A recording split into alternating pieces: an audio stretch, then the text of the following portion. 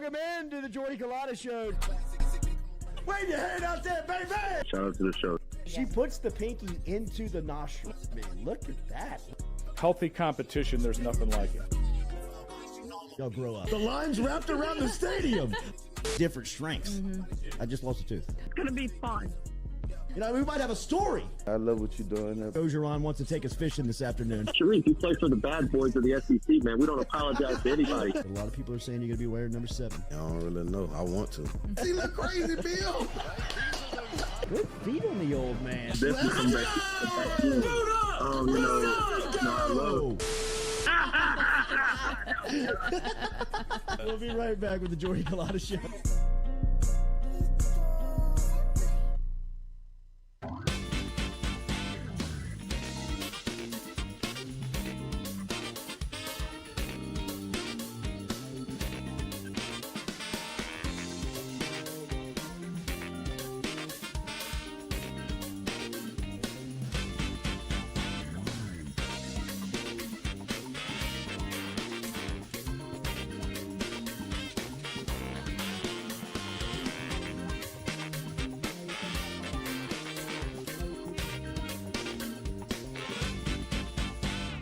Welcome in to a Thursday edition of the Jordy Culotta Show, driven and powered by our friends over at Go Chevrolet. Shout out to Nick Richard, Lee Carney, and the entire crew over at Go Chevrolet. Check them out online, GEAUX Chevrolet.com. If you are looking for a great selection of trucks, remember they have them for you over at Go Chevrolet.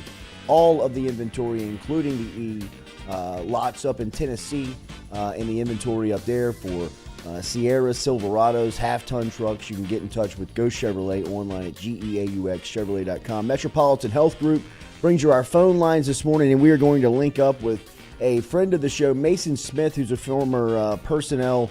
He was a part of the personnel department, recruiting department with LSU and Mississippi State. He's a Louisiana native, but he came over to LSU from Mississippi State and worked alongside Mike Leach at the beginning of his time at in Starkville. So we'll get some Mason Smith stories. We'll get some recruiting stories. Obviously, some recruiting news right now is front and center with signing day approaching.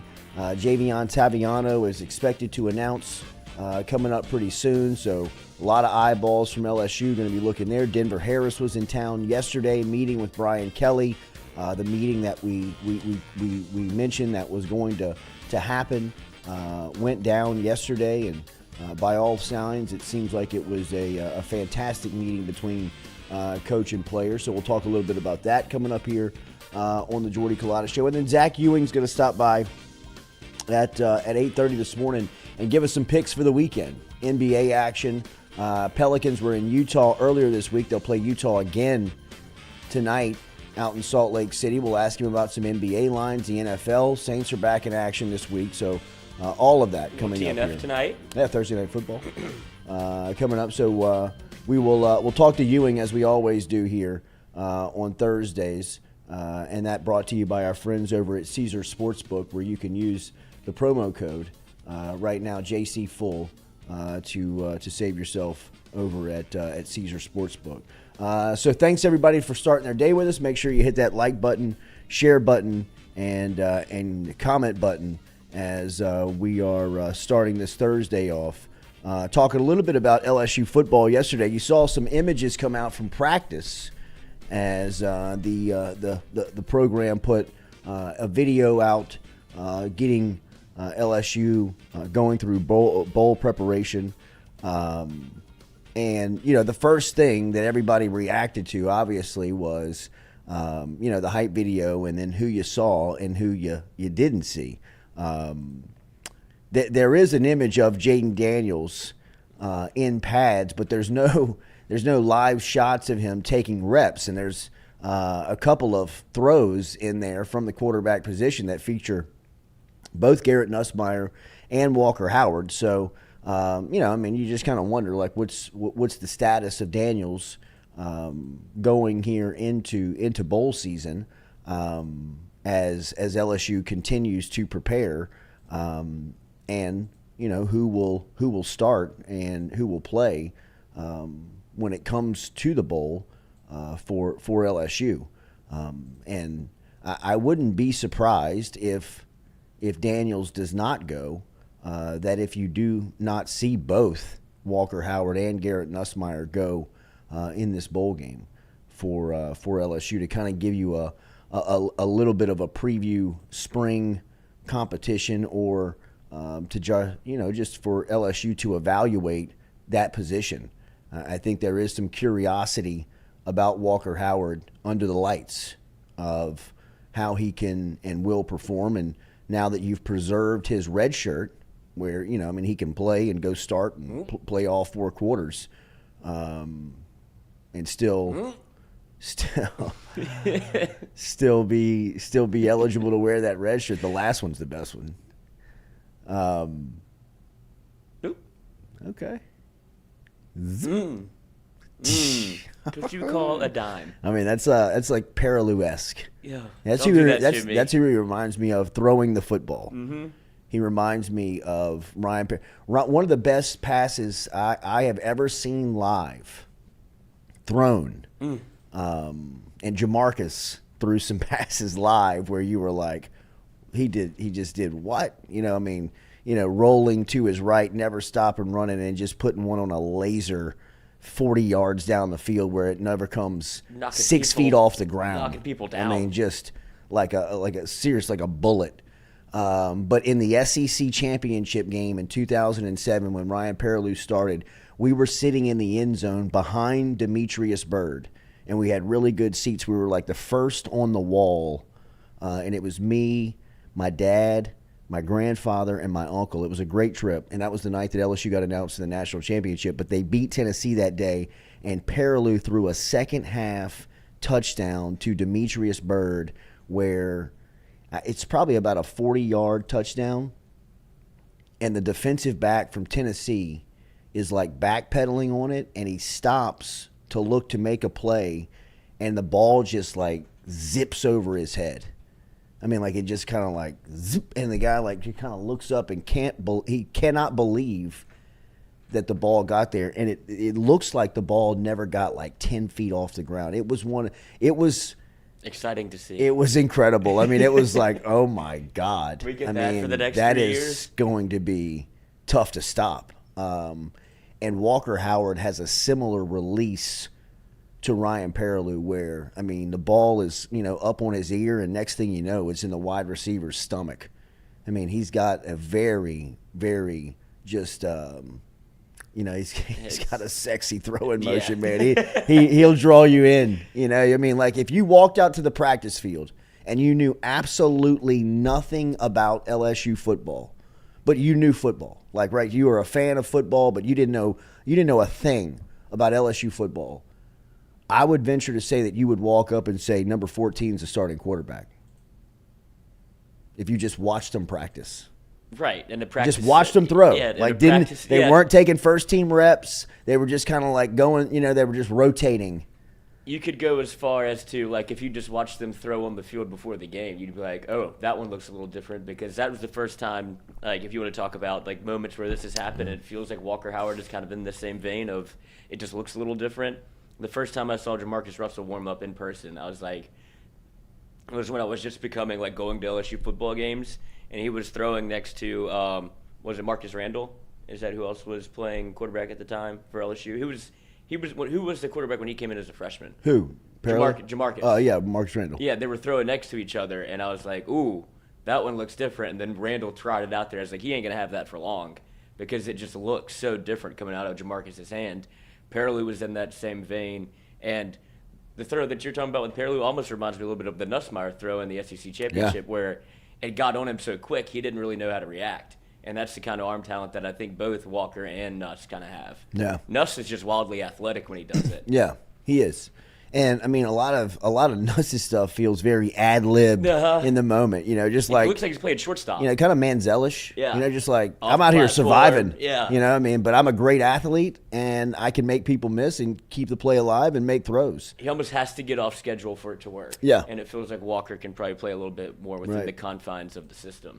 It's gonna be interesting to see how this thing plays out. All right, the Denver Harris news yesterday. Obviously, this is something that a lot of people are paying attention to. You finally saw an image of Harris in the purple and gold. Recruits.LSU on Instagram, which is a great follow just to keep up with anything recruiting LSU. They keep you up with all of the pictures and kind of up to date on the news going out, offers, commitments, things like that. But there is an image of Denver Harris out there. Do we have that? Yes, we do. Lloyd, we will pull that up and show you. But Harris and his family in town yesterday and was able to speak to the family yesterday on their way back to Texas. They made it through Baton Rouge yesterday. They came in, spent some time within the facility, and went and saw LSU practice.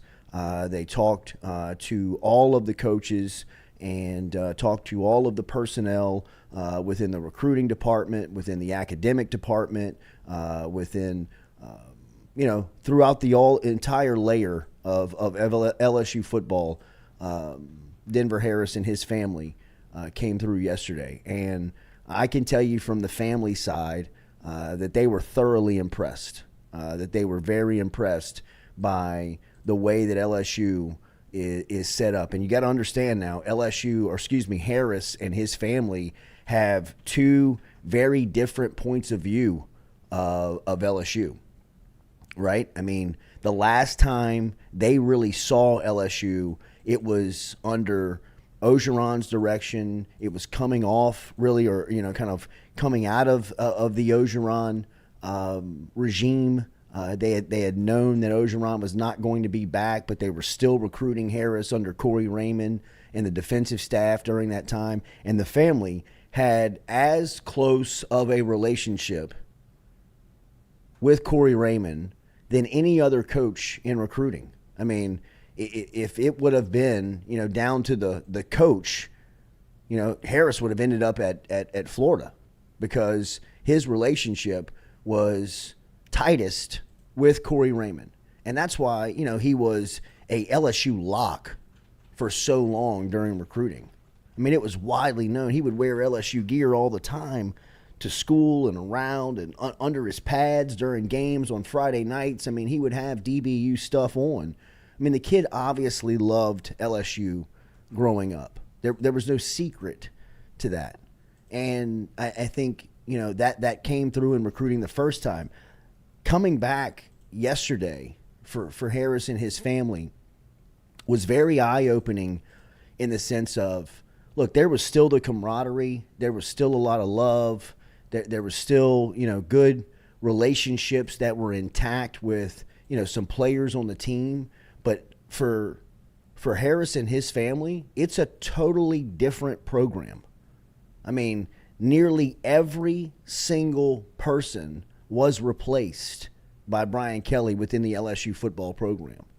So Harris is coming in and seeing the same facilities, the same locker rooms, the same gear, seeing some of the same, players, but he's seeing completely different personnel, coaches, position coaches, support staffers. I mean, all of these people that are walking the halls within LSU are brand new faces to Denver Harris. So there was, a lot of kind of just head on a swivel, meeting people, shaking hands, understanding who people's titles and what they do are. But one thing that they took away from it that I know for certain is that they were very impressed with the people that were around the program, their responsibilities, and what they do for the players. And that feels different for them. Just the attention to player and experience and making sure that everything from a player experience standpoint is taken care of. Academics, living, all social, all of what goes into being a college student athlete. And their conversation with Brian Kelly, I don't want to tell you exactly what was said, but Brian Kelly sat down with Denver Harris and ultimately said what happened, knowing exactly what had happened, right? I mean, Brian Kelly's not asking that question without knowing the answer. I mean, one thing that we know about coaching is that it's a pretty tight, it's a tight fraternity. Those guys talk. Kelly knew exactly what the situation was for Harris coming over from College Station. He heard it from Harris's mouth, and that's what Kelly wanted to hear. Kelly gave him his thoughts on what he thought needed to happen for him to align himself with LSU. Harris understood, and Kelly told him and his family, we'll never talk about it again. We'll never discuss it again. That's the past. Everything from here moving forward is clean. And, I think that went a long way with not only Denver, but Denver's mom, who's very, instrumental in this process, very present in this process. And obviously Tack, Tack is someone who, understands it. He's easy to talk to from a coaching standpoint. He's a good guy to build a relationship with. He's got a great personality in the sense of, he's easy to kind of tell what's going on. He'll kind of give you there's no secrets really with where just like his basketball game. Harris, right, exactly. He's exactly who you saw playing point guard for LSU in 2005.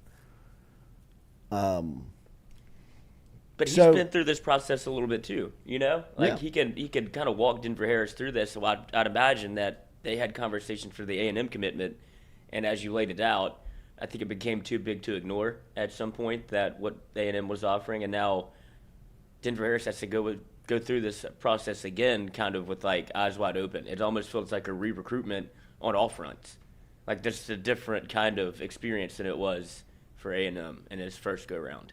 Because now, he's like a little bit of a marked man. Like you can't go in and, I would imagine, try to get all the things that you were given from A&M because now you have a track record, now you have a history, and you don't have as many options, I would imagine. Right. Well, look, I think that Denver Harris still has the tape that will make every coach in the country pay attention. Whether or not he's a fit for every program in the country, I can't answer. But everybody who watches his football talent will never deny that he can help your team win games. Right? That's just you can't argue that. And if he was with LSU next season, and LSU was able to close on their cornerback target, Toviano, who's expected to announce his decision today, you're talking about two elite, high-level recruits. Denver Harris gave you college football film. Toviano looks like one of those types of dudes his senior year in high school that translates directly onto the field. So, if you could look up, and like we said, DBU has felt very foreign, felt very distant over the past couple of years. Overnight, it could be back. Overnight, you could start to be seeing the foundation blocks being built for establishing, DBU again. You get Denver Harris, you get Toviano, you get guys like Seven Banks that's could coming back. And there's guys that are already in the mix. There are guys that are still on the recruiting board. Desmond Ricks, absolutely. And you still have Laterris Welch. Yeah, sure. There's a talented young group on campus right now. There is a very, attractive recruiting board, both from the transfer portal and from the high school standpoint, and LSU's in the mix with some of the top ones. I believe they're in the lead significantly with Denver Harris. When that announcement will be made, I'm not certain, and I don't want to take away a ton from the process of Harris and his family. I know, and I can tell you and assure you that LSU is sitting in a phenomenal spot with Denver Harris. Do you know what LZ means? I do not. Do you want to? Do you? Yes. You know what it means? Mm-hmm. Landing zone. I was going to say L's. Oh, no. But that would also be good. But it's like landing zone, I'd imagine this is maybe his final stop. You got to read into these kids and what they put on the social. Arsenal tweeted out a little tiger head yesterday after the meeting. just a lot of subliminal things out there on Twitter that if you get swept up in this, you will get burned or you will feel smart. Kids in love with LSU, man. I'm telling you, LSU grew up in it. LSU's the only spot. You know, like it feels like if LSU and once yesterday happened, and like I said, by at least the family's account, it went great. So we'll just kind of have to wait and see. I think you're just kind of in a waiting pattern, and everybody who follows recruiting, covers recruiting. We've all been here. You know, I mean, it's exciting. Yeah, I mean the tickle. It's all kind of been built, and now you see what happens. I mean, and I think that it'll be good news for LSU at some point. It's a good match for both too, right? Because he needs a spot where it feels like he can start over a little bit, and LSU is in dire need for corners. Like if you don't get Denver Harris, you don't get Toviano, you don't get Ricks in a parallel universe where there's more of a chance you get all three than to get none. But they need Denver Harris just like Denver Harris needs LSU. They need corners now. So that's why it makes sense to me if you're able to get Denver Harris, start rebuilding that room, and there's a guy out there that if Denver Harris were a high school senior, everybody would be tripping themselves to try to get this kid. And now, just because of how it played out a little bit, it's like expired milk a little bit, but let's let that thing, let's let that thing breathe. Go buy a new one. Get it from a new supermarket. No, absolutely. It's going to be it'll be a success story for everybody. I think that if, like I said, LSU would look at Denver Harris as someone that, you could promote in recruiting, that someone that came in, got into the program, became a part of, the SWAT teams and accountability and, things like that. And you look up and, this kid's a, top 5 pick. Legitimate. Remember, Daily, we're brought to you by Katie's Restaurant, one of our favorites down in New Orleans. Remember Katie's Restaurant. If you're down there here for the holidays and you're looking for a little taste of New Orleans, there's only one stop, and that is Katie's on Iberville Street. Been around since 1984. A phenomenal menu that includes St. Louis-style thin crust pizza that you can pick up today. Katie'sInMidCity.com. I can always tell you and assure you I have of one thing, that Katie's Restaurant will be jam-packed today, just like tomorrow, just like the next day, just like every day. It is a great neighborhood stop. Everybody that walks in knows somebody there. They're all yelling across the bar about how the family's doing. It's a great stop, man. If you want New Orleans, if you want to get the feel of New Orleans, if you want to taste New Orleans, get over to Katie's Restaurant. Been around since 1984. You want to see the menu before you get there? Katie'sInMidCity.com. Katie'sInMidCity.com, located on Iberville Street. Don't forget about their sister restaurant, Francesca's, great sandwich shop downtown that you can scoop up on the move if you're moving around down in Central Business District or downtown. Stop in and see Francesca's. Probably get some Andy Dalton takes. Katie'sInMidCity.com. When they walk in there, I'd imagine there's a lot of. They're still talking about the Saints, right? They don't give up that easy. There's some people biting the bait on this Sean Payton thing down there. Because hope is a dangerous game. It is a hope. It is a dangerous drug, but it feels like they know the long shot of it. But Jeff Duncan's different. You know what I mean? Like that Horse's mouth. That is coming from a place that is very. But he did back it up here. He did say here, like, look, I'm not telling you it's going to happen, and I'm not saying that it's going to happen, and I wouldn't be surprised if he was still out in L.A., but the fact that he said that is, it should light the a little bit of a spark, light the wick of hope. Yes, you know what I mean. Is it as simple as him being able to convince his wife that? I don't understand why they've gotten to a financial tax bracket point where we can have 2 homes. You don't have to, like, if you want to just come in Thursday of game week, stay till Sunday, fly out on Monday, and go back to our home out in Newport News. Newport Beach. He has one in Florida too. Like, they live in Idaho. I think that's where she's from. Like, why? Come on. We've made enough money. What's Sean Payton worth? $40 million, $50 million. It's enough. Where you stop counting. Enough. We're in the highest tax bracket that the country has. You want to have 2 homes and you want to live in New Orleans from Thursday to Monday? Fine. You don't have to live here permanently. I guess you don't And really. and he just has to live here during the season. I mean, he's gotten to that point where, I mean, you can kind of make your own rules. Exactly. I mean, he's in Bill Again- Parcells' post-ring territory. He's looked at like that. He could call any franchise.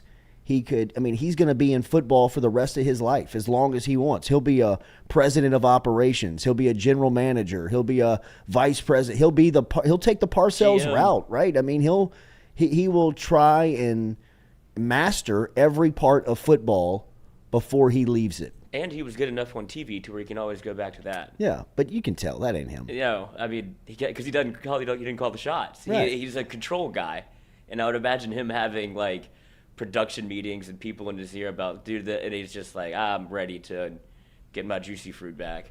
Like I want to be the one telling people what to do because he's a coach. Mm-hmm. It's in his blood. You talked about him maybe them splitting up for this season. I don't know if Sean Payton's track history that she's going to let him without sight unseen. You know, I mean, like, at what point you can't try and hold back a guy like Peyton's like Brady. You know, I mean, at what point does It Peyton gnaws look at at her him. and say, "Hey, look, man, I've tried to do it your way. This is what I'm doing. I'm great at this. I'm trying to leave a legacy behind. I am a guy that's going to be a Hall of Famer, and I need more rings." That's what has to burn him the most. I mean, like, I got to go get more Super Bowl rings. I mean, right? Yeah, I mean- that's the only thing missing from his legacy. He was always tied together with Drew Brees. Like, I can't believe the only one won. Sean Payton probably is thinking, I can do it again with another quarterback. It doesn't have to be Brees. Like, the way that it all played out, they kind of, two ships passing in the night when one left, and you could see Yeah. Sean Payton is like, I would like to have Brees back because it made everything a lot easier. But if he gets a quarterback, which he's always clamoring for, he can do it again. The coaching still, like the offense still plays. Oh, that never dies. That never dies. Never dies. He's going to keep tasting hell in the I mean, league look till he's around the 38. league. Look around the Uh-huh. league. I mean, Sean Payton may not have the coaching tree that like Parcells has and Belichick and all these guys have, but his offense has, ballooned and spawned out 75-80% of the offenses that are in the league right now. I mean, all of these like hitch, slant, timing concepts that are, all around the NFL, that is all originating from Peyton and the New Orleans Saints, and really Peyton before he got to the Saints. Like, if you go back and watch the New York Giants stuff when he was calling plays there, Dallas Cowboys stuff when he was there, hell, him and like Gruden were working together in Philadelphia with Donovan McNabb early on Andy Reid's staff. I mean, they got some like football nerdum junkie stuff of offense that you go back and talk to people like, that truly know it. I mean, T-Bob and I one afternoon clamored and just were hammering Joe Brady of just kind of like, dude, come eat lunch with us when he got to Baton Rouge. You can, he was kind of a young guy. He was, kind of always looking for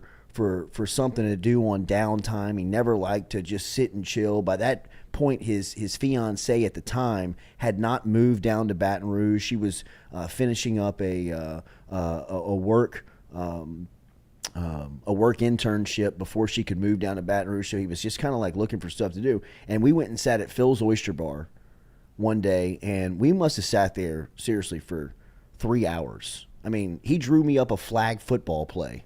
Seriously, that I still use to this day. Like, I mean, that's how like in depth this thing. Like, he put it like on a napkin, and I mean, like, I'm telling you, Go win your it is title. the most unstoppable flag football play. Like, once you master it, you can't guard it because there's just options.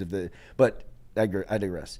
But like we were asking him about Peyton, and like Joe Brady and Sean Payton every Monday morning, Peyton would get a cut up of every touchdown scored in the league on Sunday.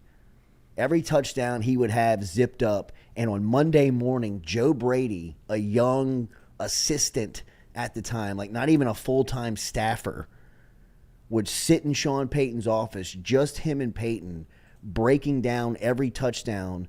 And he saw how Peyton would kind of like formulate in his own mind how he could like take that concept or take that play and either implement it to what they were already doing or like build like different plays from, like how you could you could like take that concept and put it into what the Saints were doing and kind of like refine it. But to hear like Joe Brady, who, we all respect as a great offensive mind around here for what he did down in 2019, to talk about somebody on Peyton's level and talk about it so like having such a close vantage point of it and sitting like right next to him as he broke down film and what he was looking for was truly cool. It was cool, man. It was fascinating to hear just kind of like how one, Jedi was schooling, another, and how it was all just kind of taking place. All right, so earlier this week, speaking of offensive masterminds, college football, the game of football, life really lost a legendary personality, a legendary figure in Mike Leach, obviously the head coach at Mississippi State, but so many stops and so many lives touched in and around. I thought Ross Dellinger tweeted out a story the other night that if you had a chance to read, it was phenomenal. Now, obviously, Dellinger is a great storyteller and he's a great writer, and he put it in very just kind of easy to take, and read. I want to scroll down just so I don't misquote it at all, but it is a just phenomenal story of just who Mike Leach, who he is. So let me find it for you before you get there. But also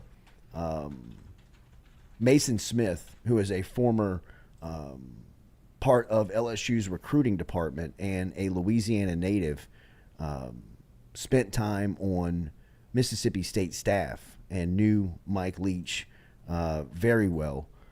Worked alongside him, and really was close to Leach. Even as Mason Smith was working at LSU, he would constantly, when he and I would talk about recruits or talk about recruiting, he would always reference, like something that Mike Leach either said, what he did, or he would just kind of text him on the spot and ask him something, and Leach would just, fire right back, just his response, or he would have a cool idea or something. It was a really cool relationship. We will talk to Mason Smith here next and get some of those stories when we come back to the Jordy Culotta Show, driven and powered by Go Chevrolet.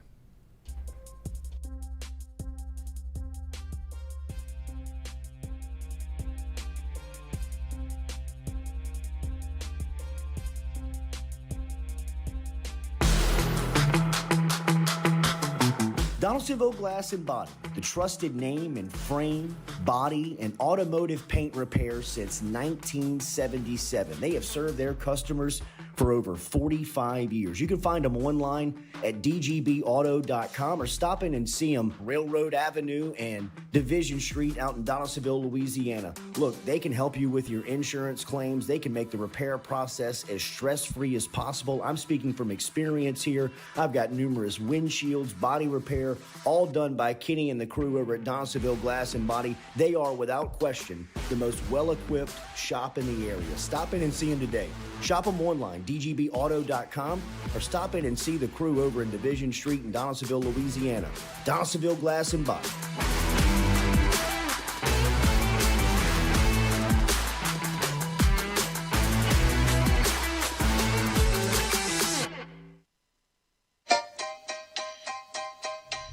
Hey fellas, it's Jordy Culotta for my friends over at Men's Total Health. Oh yeah. Guys, do you suffer from fatigue, decreased libido, erectile dysfunction, weight gain or loss of muscle mass, signs of depression, anxiety, hair loss, mental fog, general loss of interest? Then you might be suffering from low testosterone. Go see my friend Mike Roach and his great team over at Men's Total Health over in Metairie at menstotalhealth.net online. And stop in and see how they can change your life today. A simple shot and some knowledge from Mike Roach can get you back up, moving with your energy, get your sex drive back, build your muscle mass, make you feel young again. All online menstotalhealth.net.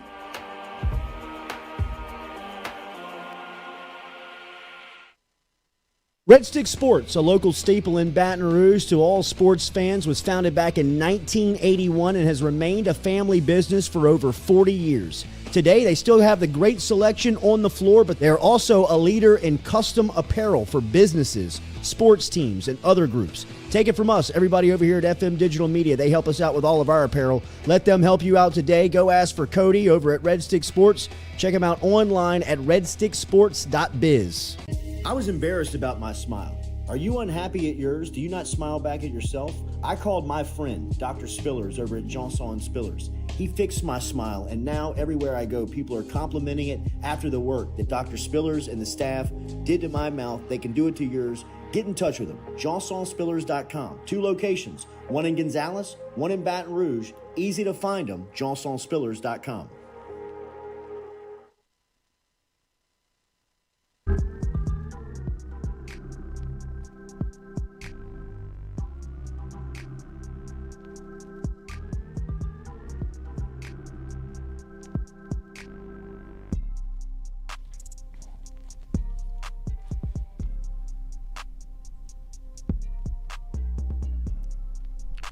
All right, welcome back here to the Jordy Culotta Show.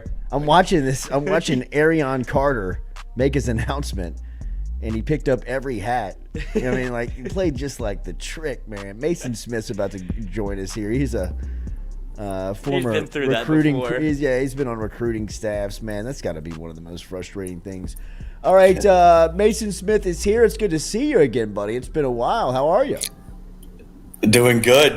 Thank you guys for having me on, man. I definitely wish we were joining under different circumstances, but Leach deserves his flowers, man. He was one of a kind. Absolutely, man. Absolutely. So I mentioned a Ross Dellinger story, and this was great. I was reading this the other day, and Dellinger tweeted this out the day after the news came that Leach had passed. He said, in December of 2020, Liz, who is Dellinger's wife, Liz and I drove through Starkville on the way to celebrate Christmas on the Gulf Coast. I texted Mike Leach to see if he wanted to grab a drink as we swung through town. Leach was interested in politics, as many know, and he had been interested in meeting my wife once he learned of her job as a White House correspondent. 3 hours after I sent the text, Liz and I sat across from Mike and Sharon Leach at Harvey's restaurant in Starkville. We talked, we drank, we laughed, we debated, we drank more.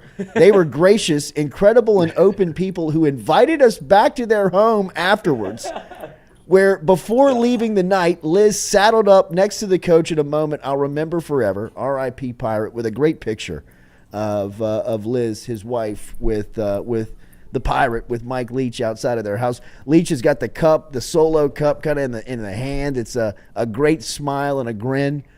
You know Mike Leach very well. Tell me your personal story about the first time you met Leach. Oh God! So first off, she's getting an invite back to the pirate ship. That's big. Not many people get to go to the pirate ship, getting to go back home. But the first time I met him, he flew in. He got off the plane, as most college fans know, just watching coaching searches and things like that. And he did our team meeting. It was short, sweet, to the point, and Leach nature. And he was ready to go out after that. He was like, all right, guys, where's the good spots around town? And, we stayed out talking, and this is going to shock you guys, everything under the sun with Mike Leach. So the first conversation was, him drawing up football plays with limes from his vodka soda. Just diagramming, the offensive line splits.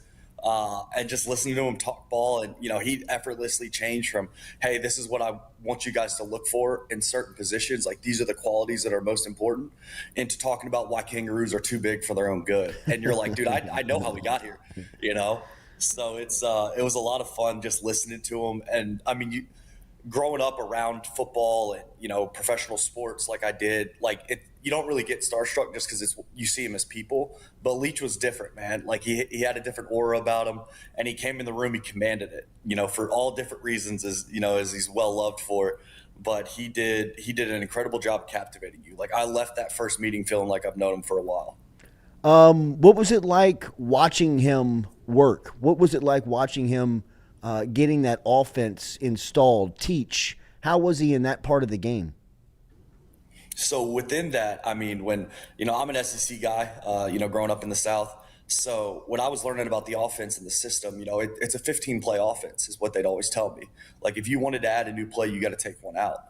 And so it's mastering your craft. So, Jordy, if you want another play, you got to tell them which play you want out. An inside zone and outside zone are staying in there. So that's 2 of the 15. Those are your 2 run plays. So those aren't going anywhere. And so it was like watching a mad scientist work, because the whole system was based on faith. You have to trust that they can know the play. They can know our hand signals, same since 1999, but we're still going to be better. We're going to master our craft, and it doesn't matter if you know it or not. We're just gonna have something to beat it. And that was within that system where, I mean, I'm sitting there hearing it. I'm like, guys, we're throwing 60 times in the SEC.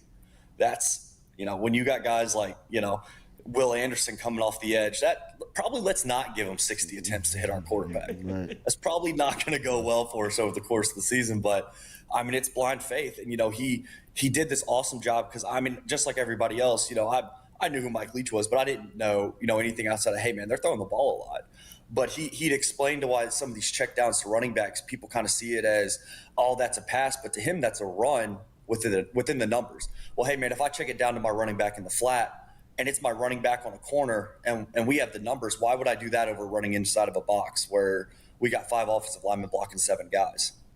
Mathematically, what makes more sense? So it became more of a mad scientist and just trusting the system, which was terrifying to me, because I was like, this thing's either going to really work or it's really not. You're looking for a job. Yeah, and I was like, how different was his systems, protocols? Like, why? Like, you didn't have to show up at the office at 5 a.m. like you do like nearly everywhere else. What was it like working for him in that manner? I mean, he was like, he'd be the one that's like, why are we having staff meetings right now?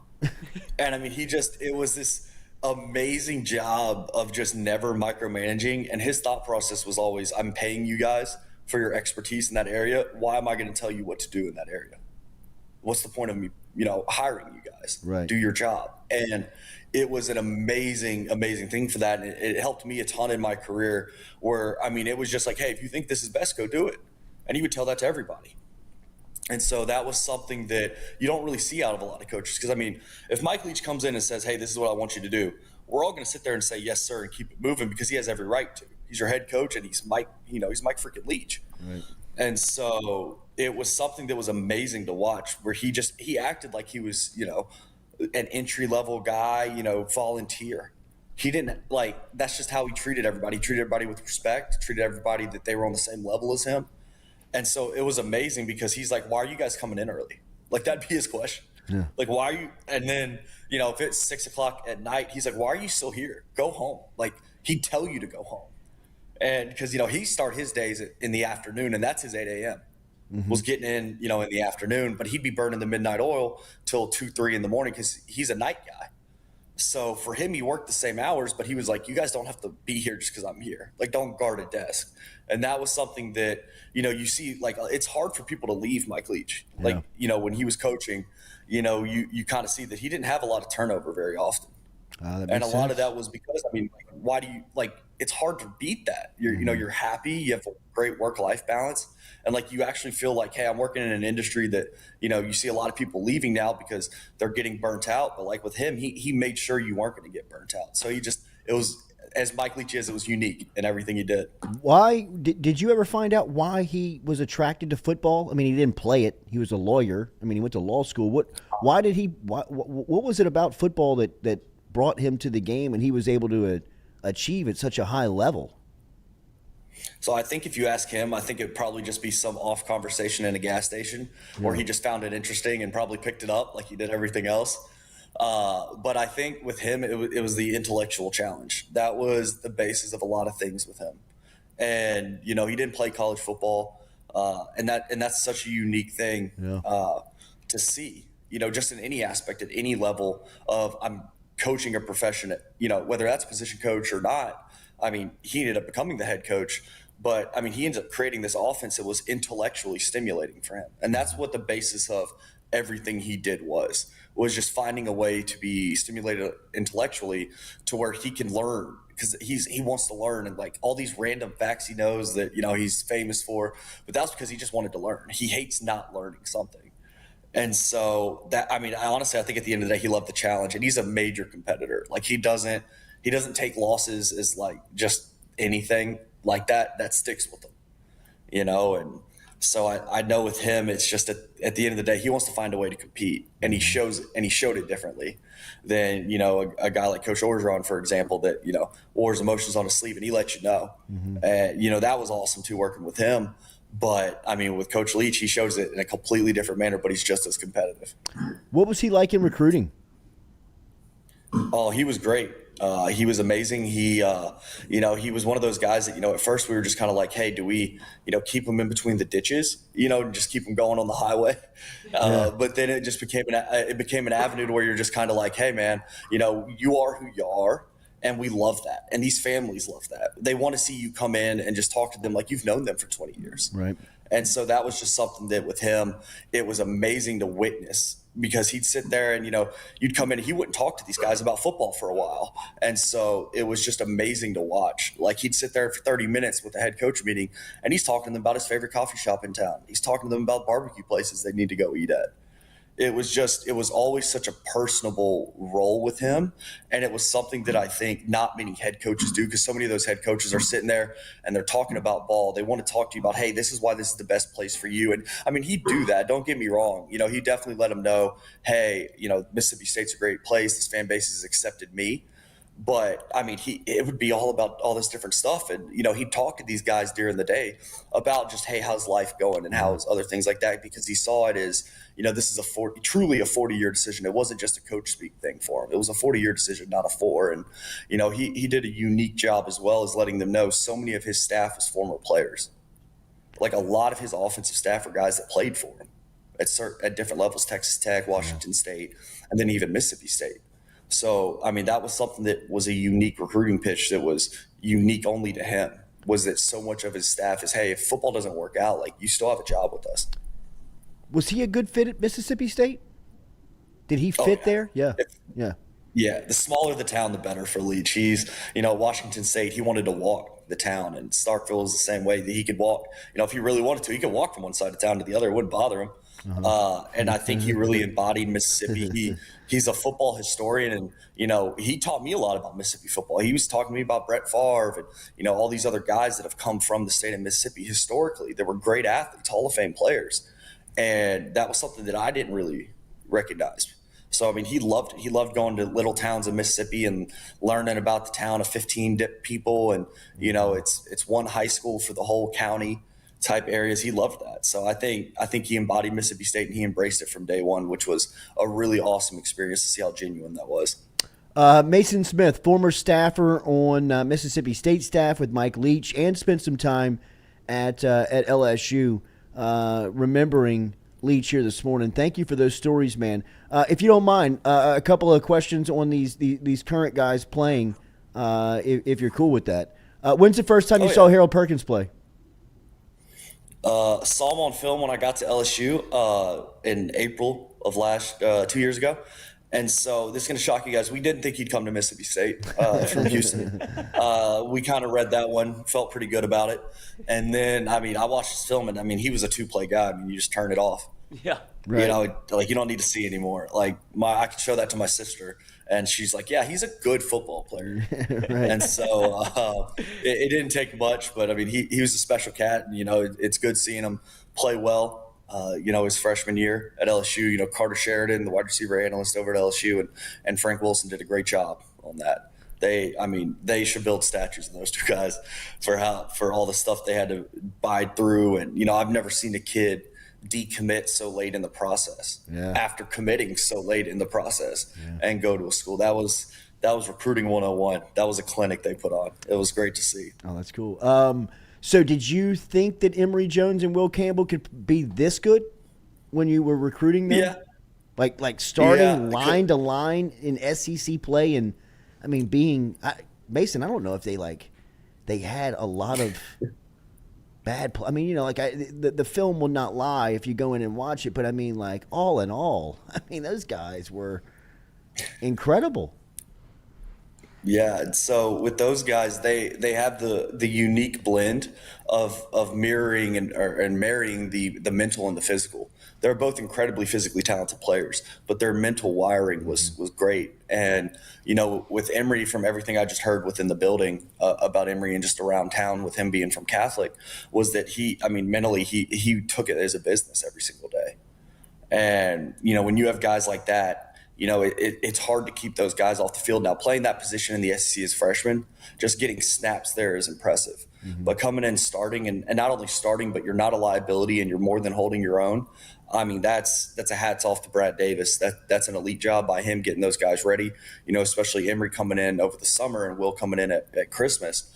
I mean, those are two positions. Left tackle, you're damned if you do and damned if you don't at that one. They know you if you're doing bad, and then when you're doing well, no one's calling your name. Absolutely. And so, and then a guy like Emory, Emory was a fantastic basketball player too. I mean, he made stuff look so easy as an offensive lineman, and I'm like, dude, I'm 100 pounds less than you, and I can't do it. And so they're both special players, and so it's not a surprise. Especially having them with Brad, who does just an incredible job with the offensive line. He's one of the best offensive line coaches in the country. And so you see that, and it's no surprise. They're about to have an issue at quarterback, a good problem, but they're going to have to make a decision here, and it's not going to make everybody happy. Is this the golden age of LSU quarterbacks, in your opinion? I mean, just from a recruiting standpoint, I've been around the program for a long time. I've covered it for about 15 years. I can't remember the room being as healthy as it is now. Maybe Jamarcus, Perilou, and Flynn. But, I mean, like, what they have in it now and what the pipeline says that's coming in here hasn't looked this good, in my opinion. I can't remember when.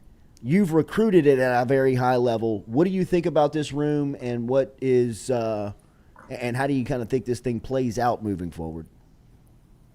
I mean, it's one of the most talented rooms in the country. That's for sure. And that's something that, growing up from Louisiana with the Les Miles era and, before Joe Burrow got to LSU, quarterback was, LSU fans were clamoring just for one guy. They would have taken an above average guy for 4 years over, and they'd sell their soul for it. No doubt. And so now you're at a spot where you have three extremely talented quarterbacks, three guys that all have potential for the next level. If they keep working at their craft and doing everything that they can.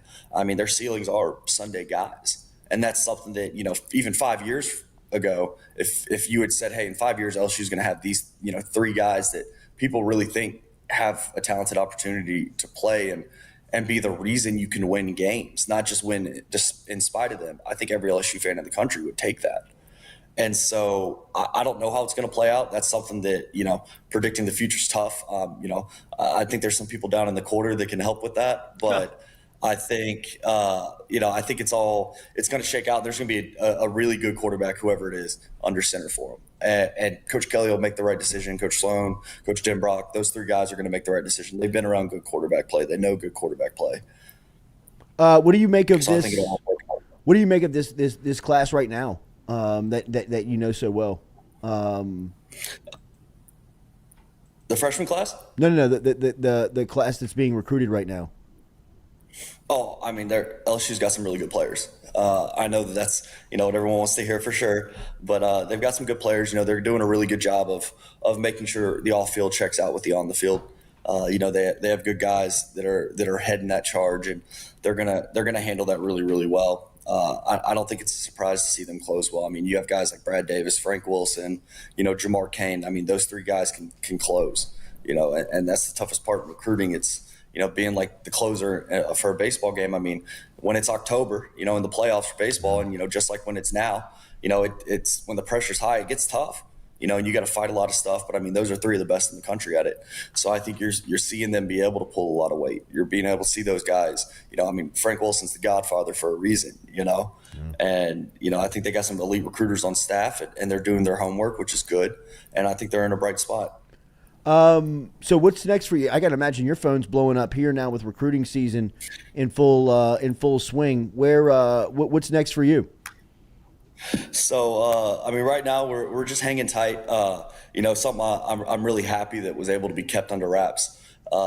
By LSU media. I'm sure that, everybody found out, but, after Arkansas last year, I went to the hospital. I had a heart failure from a condition I was born with. And so I had open heart surgery in early December and finished with Coach Kelly through February. And, we had to step away, to get our health right, which was first and foremost. And that was an amazing experience to see, the support I got from LSU within that. And so for me, it's just finally being healthy and, hoping to get back into it soon. I think that'll be fun, and I'm really hopeful that it all works out. I appreciate everybody that was able to kind of keep my private life private. Yeah. Me, I've run from interviews, not really my thing, but I'm glad that was able to kind of be personal and private. But feel great now, which is good, and I'm excited to get back into it soon. Yeah, bro, you look healthy, man. You look great. It probably was very different, this point of view of watching the game, watching college football. What did you make of Brian Kelly in year one? I mean, Brian Kelly's, exactly what you thought you were going to get. He's organization, he's structure, he's a great coach on Saturdays. He's going to make sure the culture's right. And I mean, that's everything you saw in year one. And, in our short overlap, that was the biggest thing that, a lot of people were preaching was like, we have to have success in year one. Because if you look at the trajectory of head coaches in college football, the ones that don't start off strong, it's so tough for them to get back on track. The way that it's easy to be negative recruited, there's more uneasiness with families to jump on board because it's, hey, how are you guys going to get this thing right? But, him exceeding expectations year one and bringing the team to Atlanta, I mean, that's something that people would have taken in the first 3 years, let alone year one. No doubt about it. Mace, it's great to see you, man. Thank you for remembering Mike Leach. I got to imagine this is a very tough time for the Leach family and everybody that's involved with his program and been around him. So thank you for being here this morning. It's great to see you, bro. Great to see you, man. All right, man. See you. There's Mason Smith checking in this morning as we remember Mike Leach. Speaking of Mike Leach in Mississippi State, here comes Katie. She walks in. The carpool queen is here. I hate that I missed the beginning of that interview. Oh, yeah. Dang. Well, you know, Katie, it's all on demand. Well, I know that. And I then you can go back hate and that I listen. missed being here and Questions. talking about it. Yeah, I know. I can't do that on demand, damn it. How are you over there? How are you coping? Good. What do you mean? Coping with Mike? Yes. I mean, it's sad. I think about it all the time. It's all that's in my social media feeds and all that's on ESPN radio all the time. So it's just nonstop. I mean, it's like sweet and sad. Life. Stewie, college grad. Yeah. I How's it know, feel, bro? Still high. almost. 2 months. Yeah, till I get into the workforce. Going in there hot. I'm here. Hour 2 coming at you. We're going to talk to Zach Ewing from Caesar Sportsbook. Not from Caesar Sportsbook. We're going to talk to him from The Advocate. We're going to get our About lines from Caesar Caesar Sportsbook. Speaking of Caesar Sportsbook, Katie's going to tell you about a giveaway that we have for the LSU basketball tickets. We do have a giveaway coming up. That's right. I don't know the first game that we're going to give away, but I do know the rest of the games. I think it was Florida and Kentucky, but we're going to get a game sooner than that, and you'll download the new app and use the code JCBBFull. Ooh. And you'll be entered to win a chance to win tickets to the LSU basketball games. But as soon as I know the first game coming up, I will announce that to everyone. JCBB full. JCBB Full. Full. BB full. So random. All right, we'll be back. Barker Hour 2 Brothers is next. pumped. Jordy Culotta Show. Driven and powered by Go Chevrolet.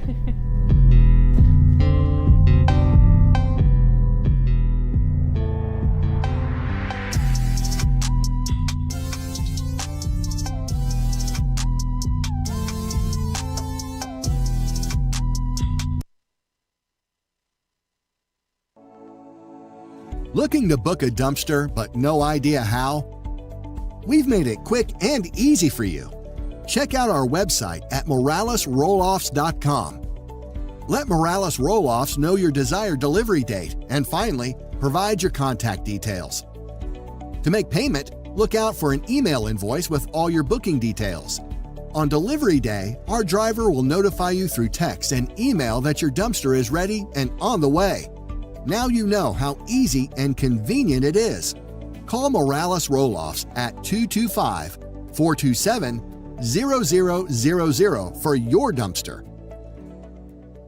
Hey Baton Rouge, when traveling through Natchez, Mississippi, whether you need to fill up your vehicle or your belly, stop by Go Mart and On the Go Deli.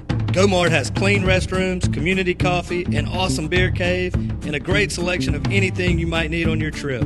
So stop by GoMart at 4 Sergeant Prentice Drive as you're entering Natchez on the left, and visit Tom and Wright Granning and their awesome team at GoMart.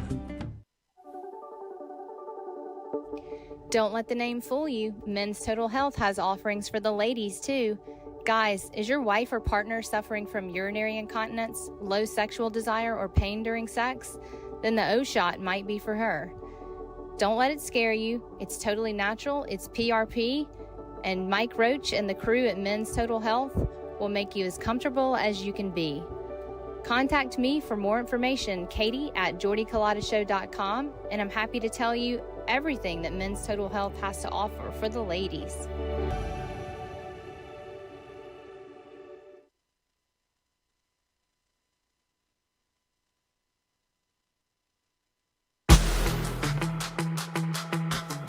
Donaldsonville Glass and Body, the trusted name in frame, body, and automotive paint repair since 1977. They have served their customers for over 45 years. You can find them online at dgbauto.com or stop in and see them Railroad Avenue and Division Street out in Donaldsonville, Louisiana. Look, they can help you with your insurance claims. They can make the repair process as stress-free as possible. I'm speaking from experience here. I've got numerous windshields, body repair, all done by Kenny and the crew over at Donaldsonville Glass and Body. They are, without question, the most well-equipped shop in the area. Stop in and see them today.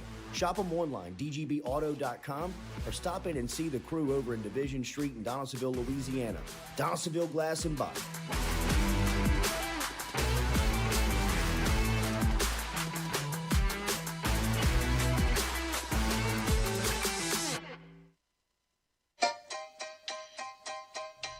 Hey fellas, it's Jordy Culotta for my friends over at Men's Total Health.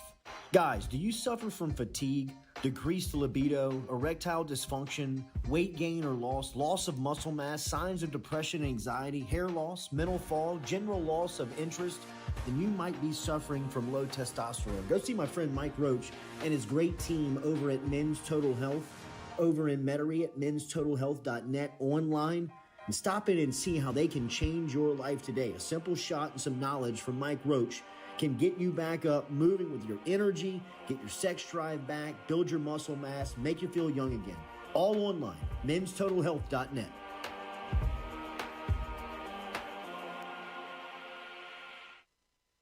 Red Stick Sports, a local staple in Baton Rouge to all sports fans, was founded back in 1981 and has remained a family business for over 40 years. Today, they still have the great selection on the floor, but they're also a leader in custom apparel for businesses, sports teams, and other groups. Take it from us, everybody over here at FM Digital Media. They help us out with all of our apparel. Let them help you out today. Go ask for Cody over at Red Stick Sports. Check him out online at redsticksports.biz.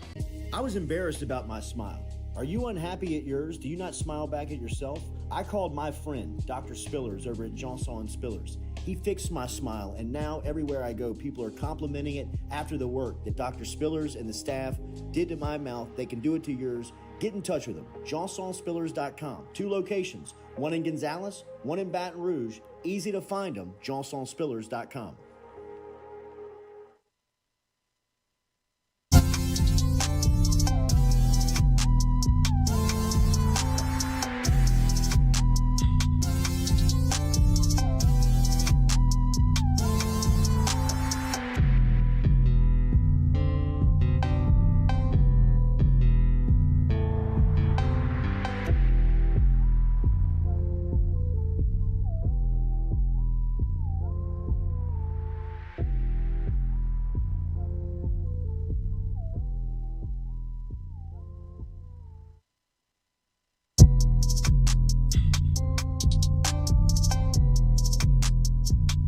Welcome back here to the Jordy Culotta Show, driven and powered by Go Chevrolet, live here on this Thursday morning. Make sure and hit that like button, share button, comment button, if you don't mind.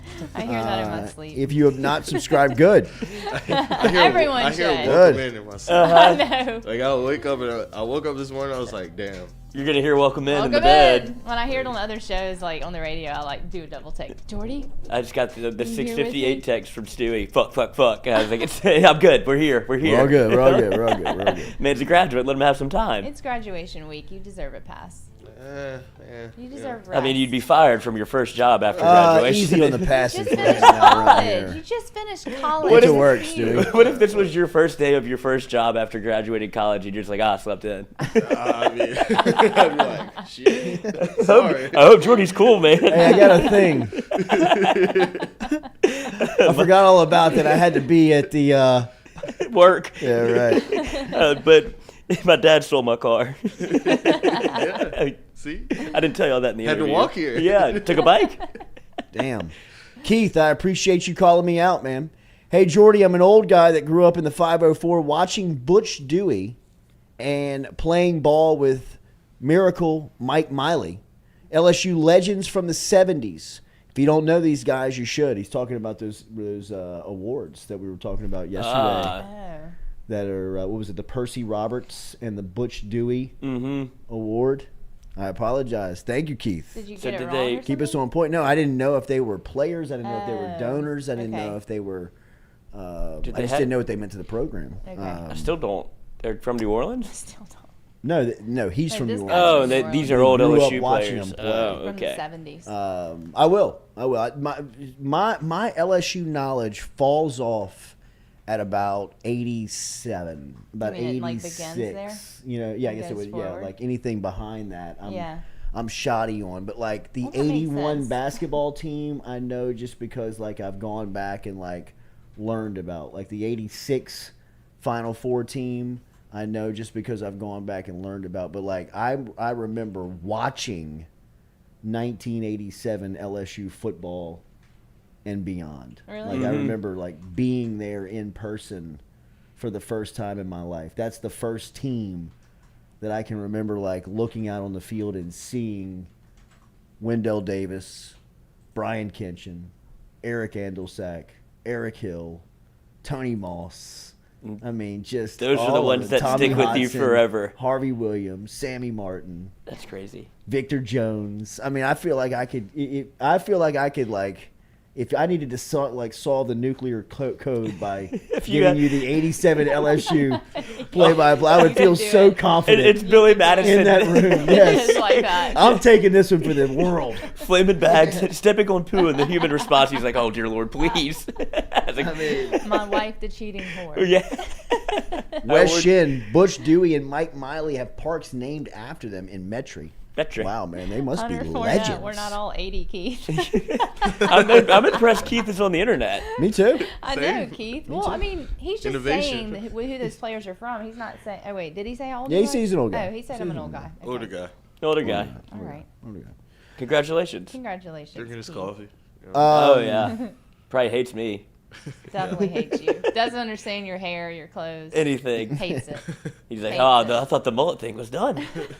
What's wrong with this guy? Oh, A love lot on of the rope. a lot of players going into the transfer portal for LSU over the last 24 hours, and I don't mean this to sound disrespectful, but I think this is a good sign. You know, I think that when you look around, I think that people are starting to recognize that there's a different caliber of player that is showing up, and that there is a different caliber of player that's being recruited, and that there's a different expectation that has to be met for you to have the trust to play at LSU. To say it bluntly, the talent's improving. I mean, they're getting better. And I'm not necessarily saying that the guys are leaving or bad. I'm just saying that it's getting crowded. And it's getting crowded with really good players. And the offensive line room is a great place to look at that spot and you know, it be the brightest example. I mean, think about where that offensive line room was a year ago.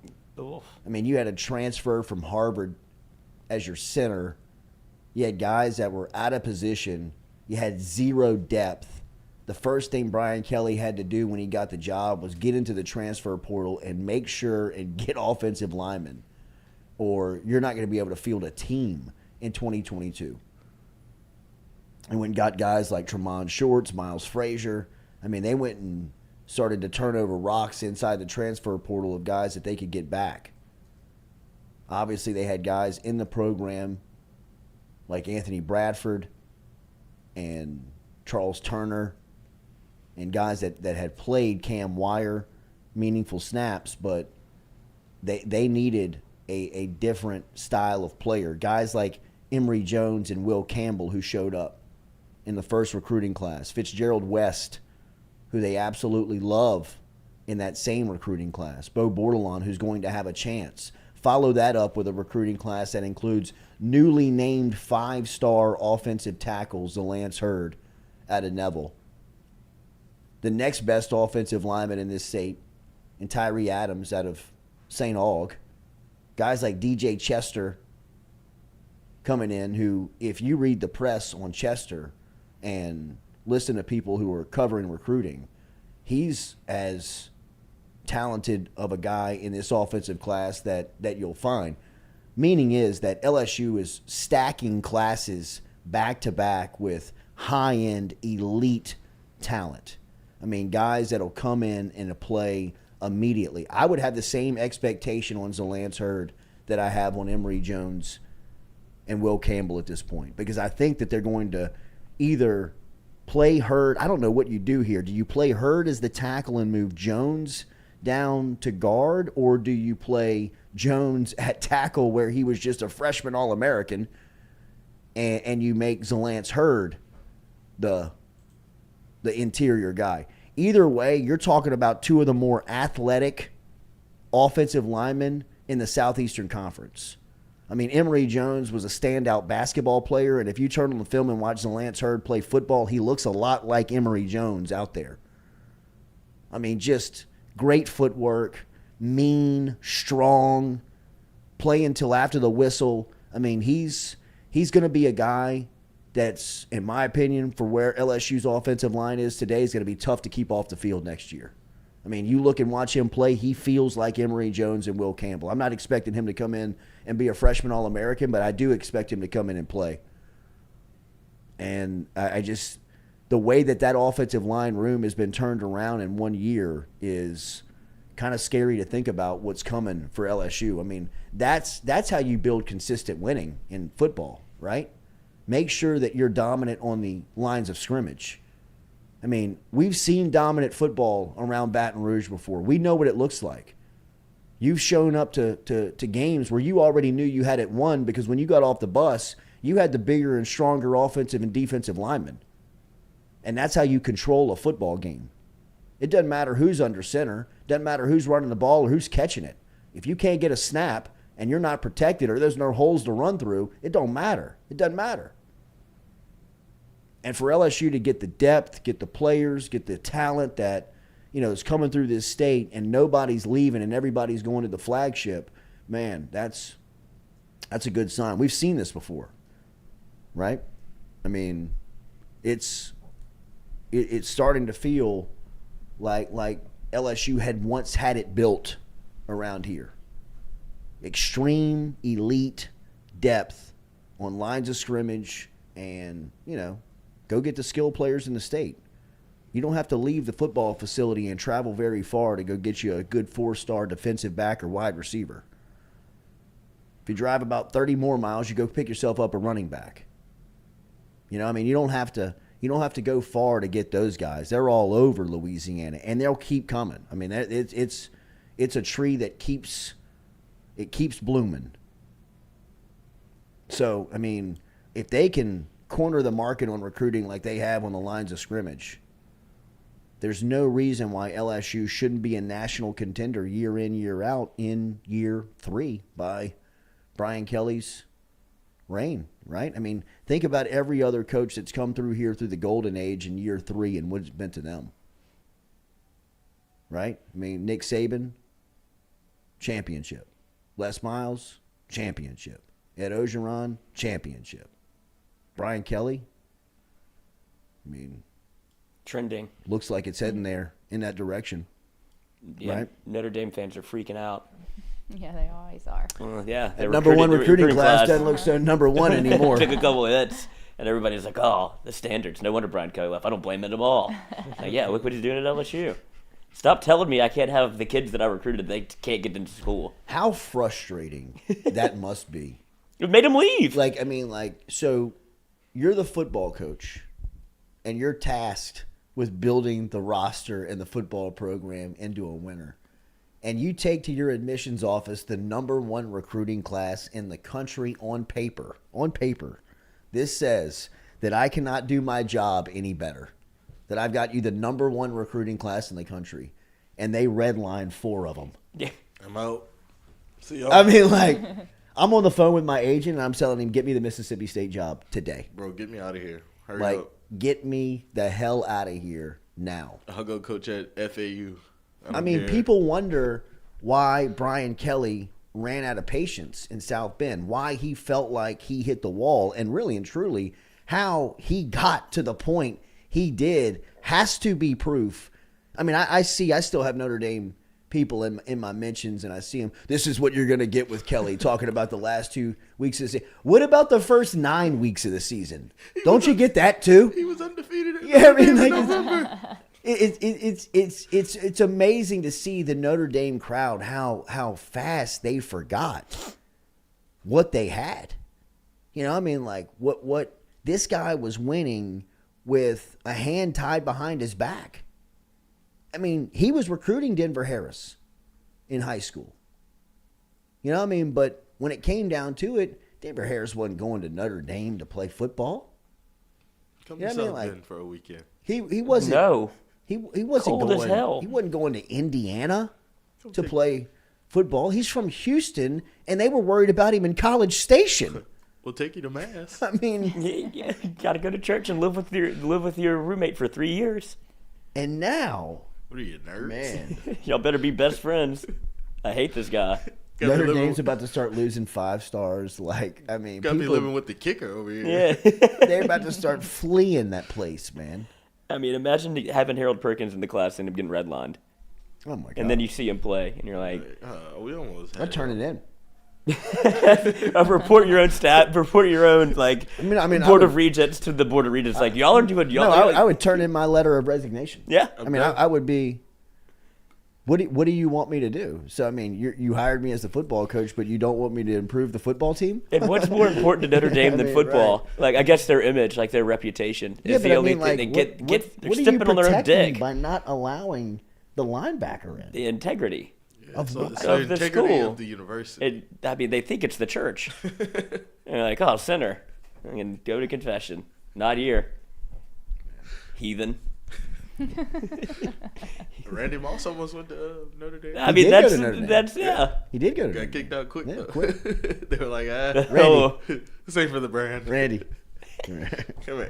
Let's step into I this. mean, but that's the Yeah, perfect not gonna example, work, right? man. Like, he doesn't get. I guess he got kicked out of Florida State too. Yeah. Well, Bobby Bowden was trying. That Marshall. guy gave him a shot. Bobby Bowden was like, The Marshall head coach is like, I just got an extension. I just hit the lottery. the Powerball. I mean, like, I don't have to do nothing. I just put 2 plays in. We're running slant left and Go. post route. And the one where he puts his hand up. Oh my god, man! Didn't he score a game in every game at Marshall? He scored a touchdown in every football game he played. I mean, do you remember watching him play at Marshall? Yeah, Probably I not. was a kid. I mean, it was. I had never heard of Marshall before Randy Moss. No, Like, was I had it- never even known that Marshall was like even a school. No, They was had it- tight unis. Yeah. Like back in the, you were like, green, man, green and white. who the is herd. this? I mean, we knew about, I guess, like, We Are Marshall. No, That's that what I- thing that's came like out what I after learned about Randy it. Moss. I had no idea. I mean, like I was probably, what was it, 19? He was on the Peyton 97. Manning, Charles Woodson. Chad He Pennington. looks so good at that Heisman.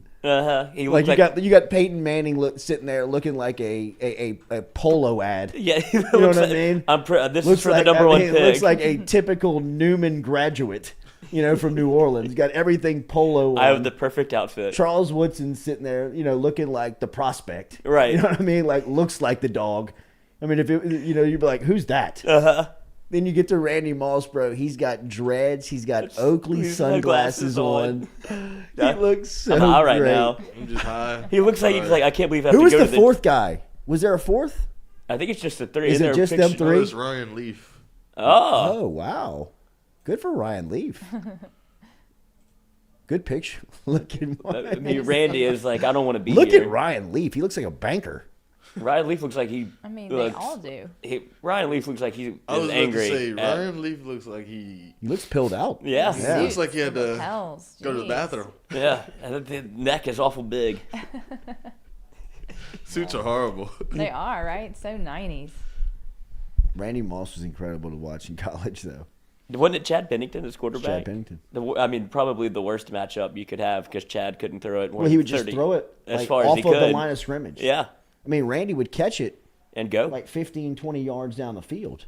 I mean, he was running past people. everyone. It was like watching like an 8th grader like play against like 5th graders. You know what I mean? He was like dancing around people, you know, like running away from people, like holding people's head. While he like ran. This is unfair. He's supposed to be at Notre Dame. This is Supposed to Thanksgiving. be the starting wide receiver at Florida State.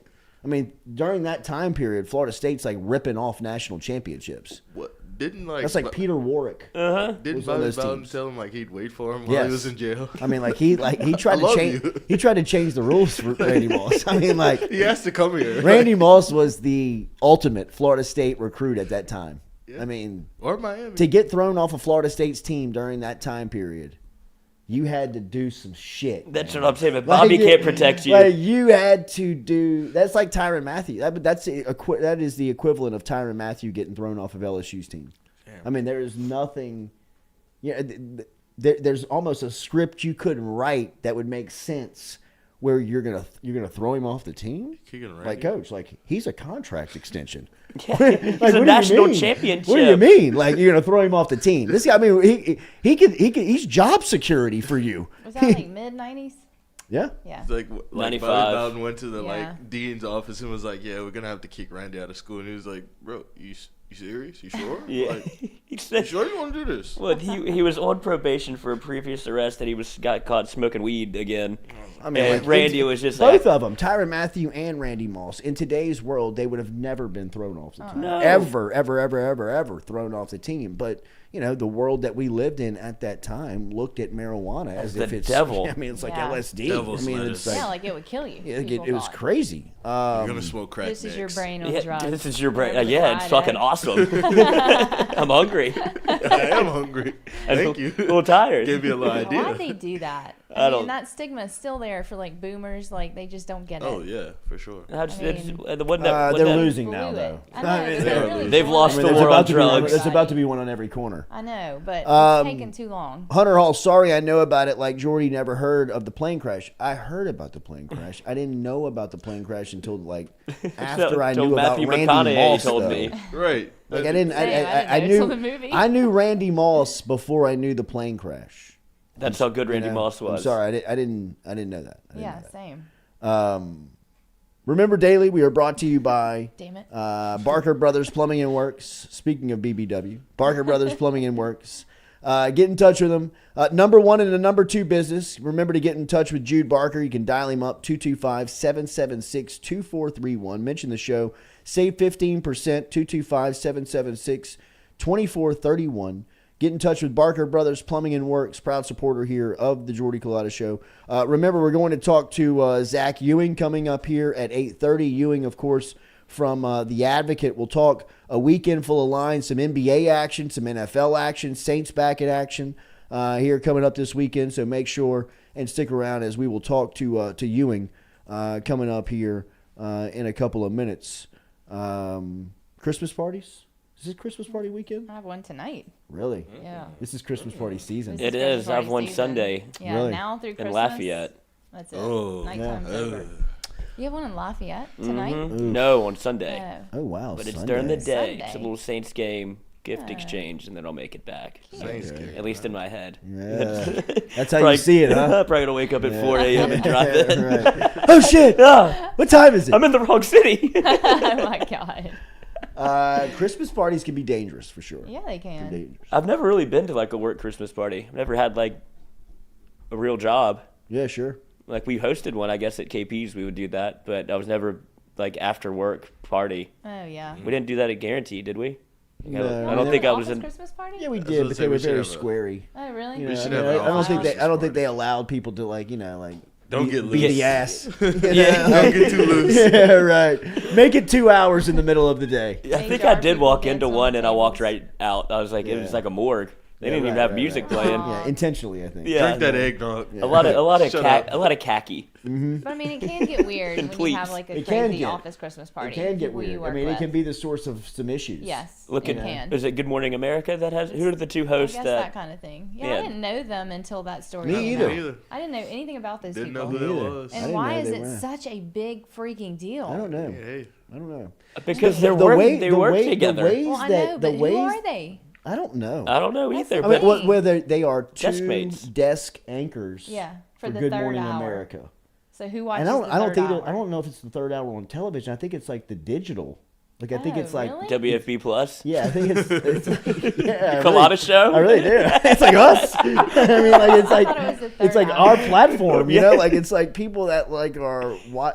Check me on that. I am. I might be wrong. I don't even know their I names. could be wrong. I could be wrong. I mean, don't just know. type in Good Morning I America read that affair. they were third hour people, but I don't ever watch that show. So Oh, I that don't made me know. think of school. But I mean, I think they were separated from the spouses. They were out in public, like on dates together. So it's- Really? yeah. So I don't understand. Like, it's not like, I mean, they're not that famous, so I don't get why everybody's freaking out about it. I had no idea who they It were. is GMA3, so yeah, that sounds like us. Third hour. sounds like ESPN. No, We I gotta- think we it's gotta- like I think it's not three like being the third hour. I think it's Really? like like a platform that they're like calling like their Oh. ESPN 3. yeah. So calling it's it like it's like GMA3. they're It's only two seasons in. it's like they're streaming hosts. They didn't get I very- kind of think that they're using it for like to prop themselves It up. might that- be. no, not the individuals. I think like Oh, to prop the ABC. platform. ABC. yeah. Yeah. It's given huge Like what? I publicity. mean, like why that does that deserve suspension? Well, think about how many think people you have to tuned report in it. to watch Definitely that have to report it. after that That's was what I'm announced. saying. So yeah, you're right. That's what I'm I saying. mean, Like ABC, like this was. There has to be somebody within ABC that was like, look. Totally. I mean, television ratings Yeah. are tanking. Yeah. You know what I mean? Like we've got two anchors here who are nobody knows about, but we can spin this into a very Bravo type story. If y'all want to do this real Yeah. quick and catch some ratings before Christmas. right. I mean, like They should I put know them on that air for the Christmas I know special. that sounds like very like calculated, cold, and That's but what the like corporate world is. That's what corporate world is. There are some heathens upstairs thinking, look Yes. at the drama that we could capitalize. Yes. on. Do it.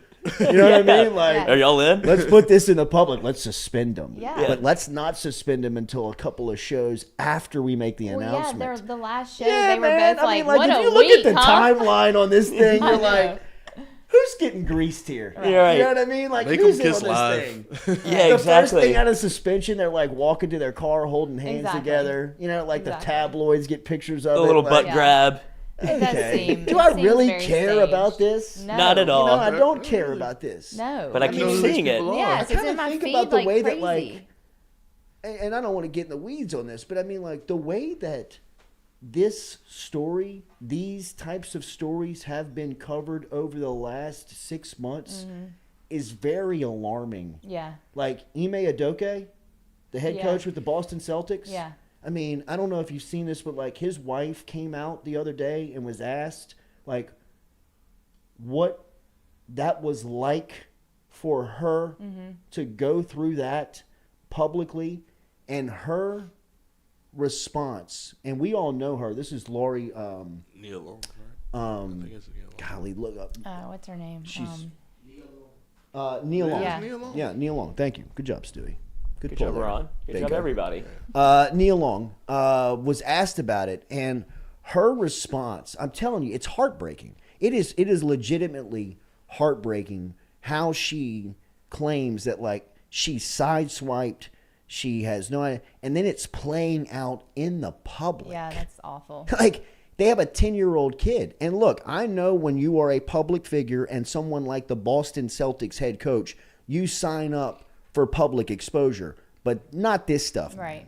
And not for it to be put out into the public by your employer, like by the Boston Celtics. This story stinks, man. Yeah. That story is ratchet. I mean, like, that is a story that, like, you look around and you're like, hold up, what's our intention? If we have an issue with this, let's make sure and keep this stuff in-house. Let's not call a press conference about an internal affair right? Like, and you're going to damage and like screw people's lives up for good publicly. They already are privately. It's not like you're hiding anything. But to go out and make this stuff publicly, that's why when this ABC story came out, I'm like, man, come on. I know. Somebody's capitalizing off of this. And don't Totally. be surprised if it's ABC.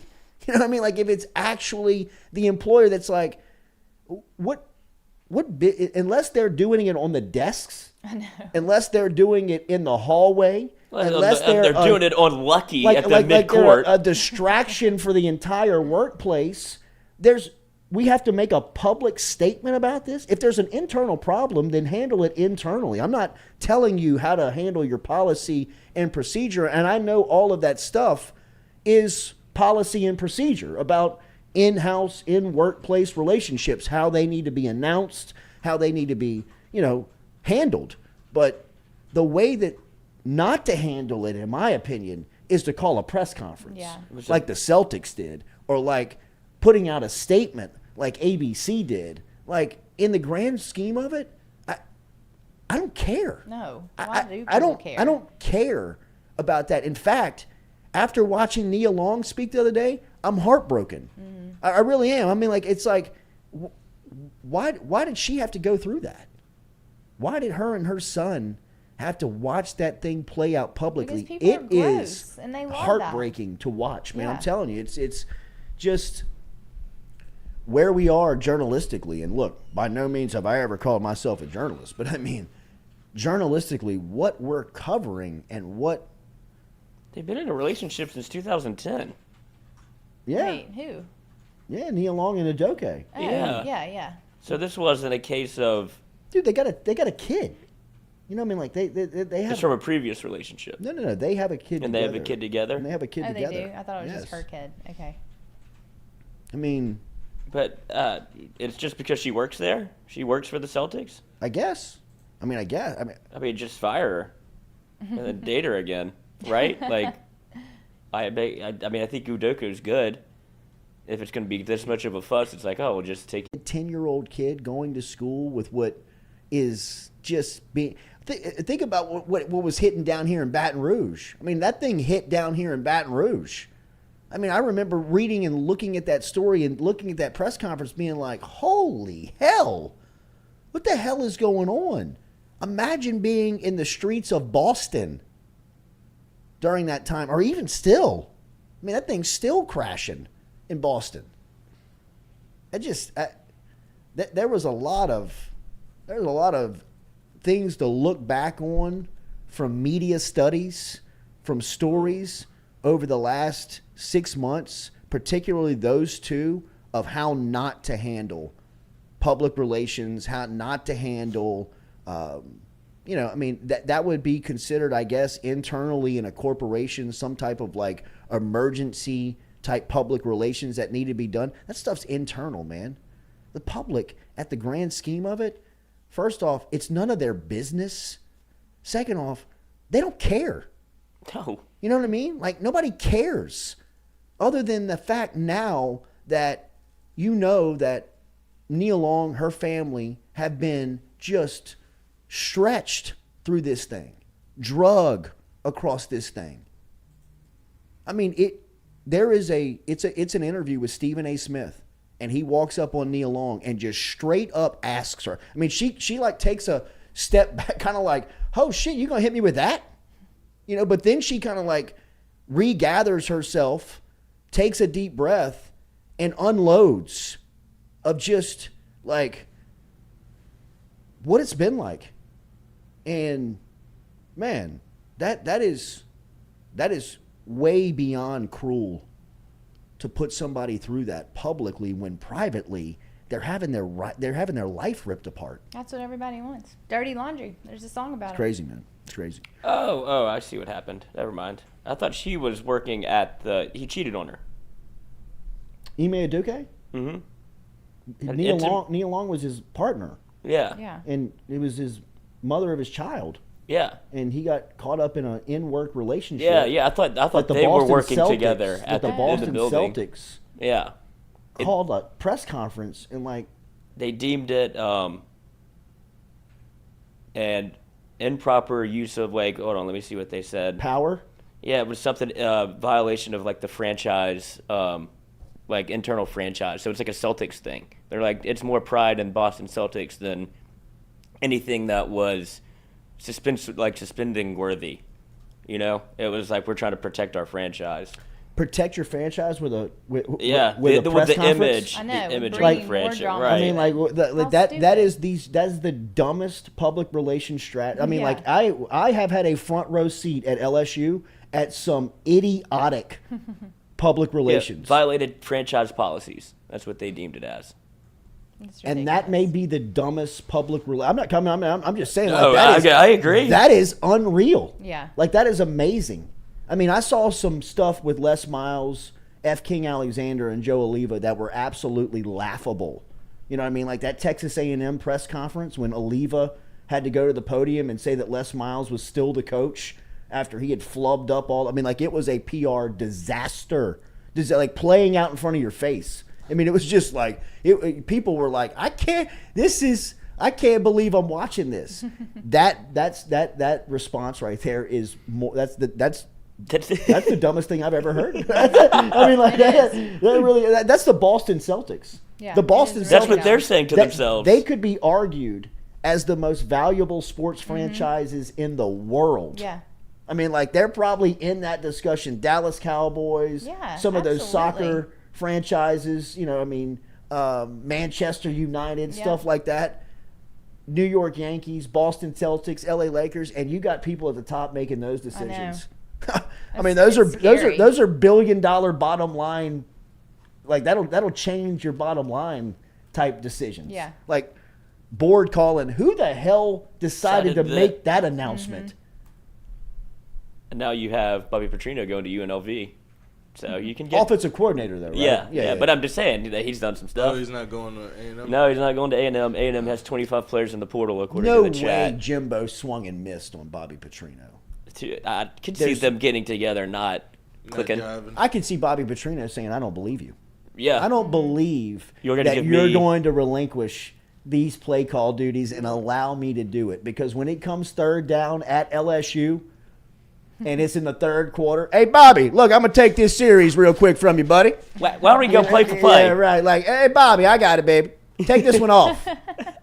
But, Coach, you told me back in July this way. Yeah, Bobby, I know, man. I don't think that anybody's going to trust Jimbo on this. I really don't. I think that they're going to have either some type of blood oath or they're going to have some type of serious agreement like, Jimbo, if I'm coming to be your offensive coordinator, I don't want to see all that paper turn in your your hand. headset off.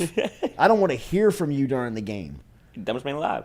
You know what I mean? Like, this is going to be this feels like Jimbo Fisher's about to Les Miles this thing up in College Station. I'm telling you.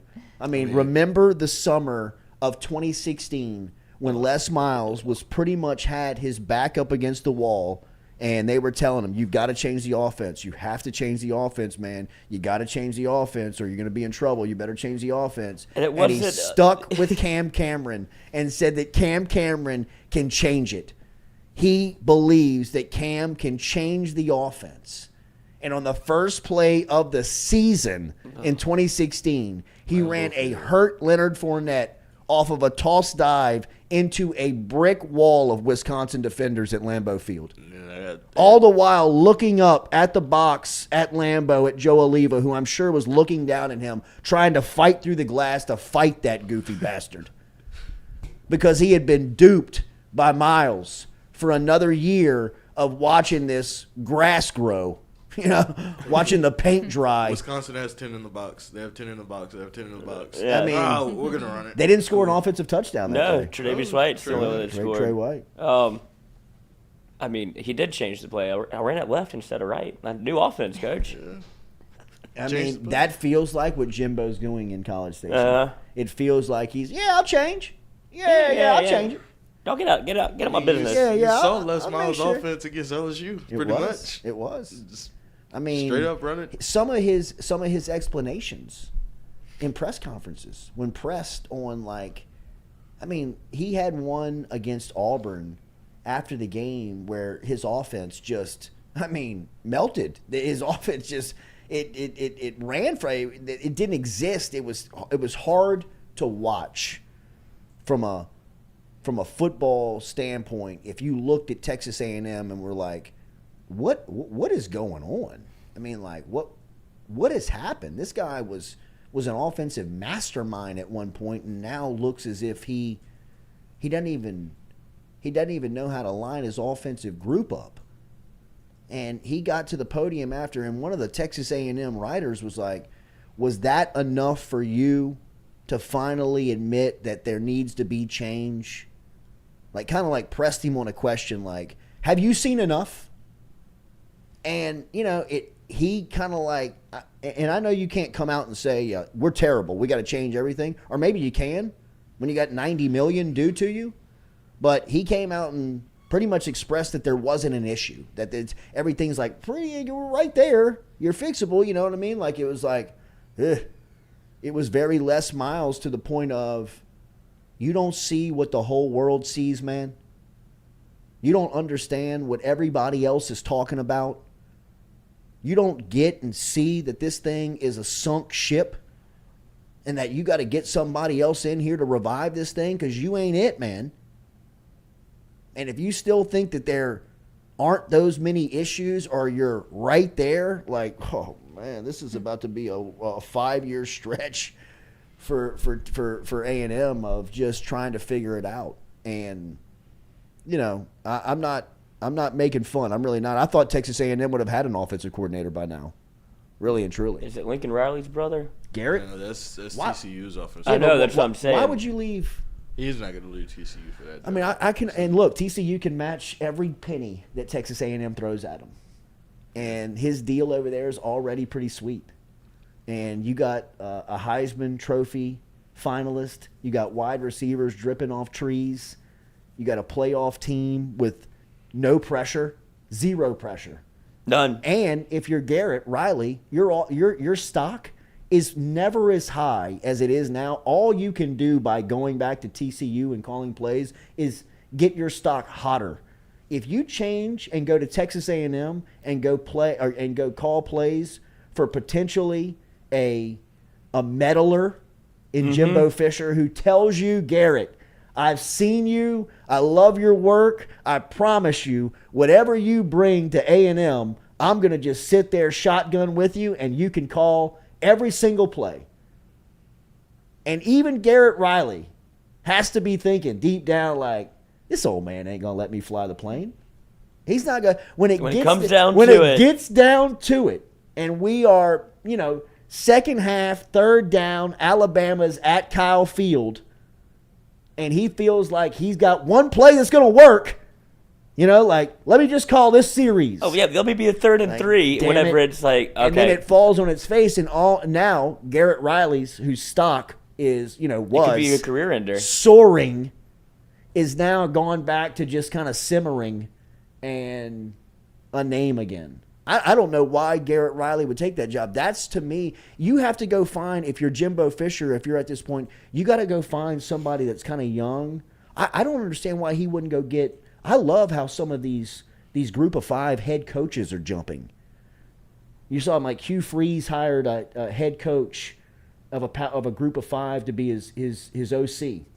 Oh. Deion Sanders hired a group of 5 head coach to be his OC. If I'm Jimbo Fisher and I got more money than I know what to do with to negotiate, I can go out there and I can throw money at just about anybody who's walking out there. I go find one of these head coaches who's smarter than he's paid for, which there's many of them. Working harder than he ever has had to. He's still washing the uniforms and driving the bus type stuff, is saying to himself, but I would leave. You know who it is? It's Frank Wilson. It's Frank Wilson, who's over at McNeese, who's overqualified, and he'll never get the true result that he probably knows, that for the game. He knows more football than 7 wins at McNeese.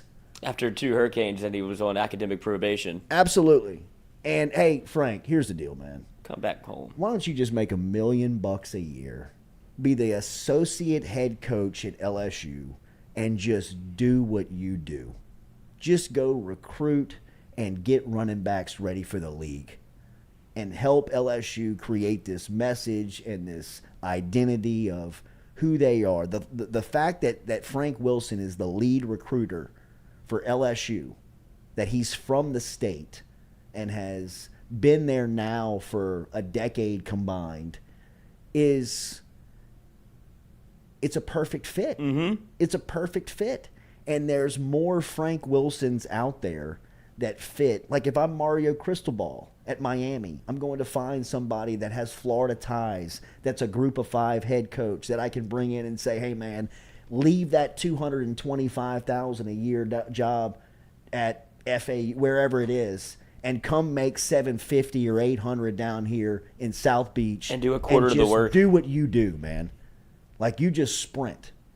That's what, to me, is about to start happening with the amount of money that's going to influx on every single one of these schools. And if I'm Jimbo, if I'm Texas A&M, that's really probably only who's going to pay attention to you now, because you've probably scared so many people that are truly legitimate contenders or prospects for the job, like Garrett Riley.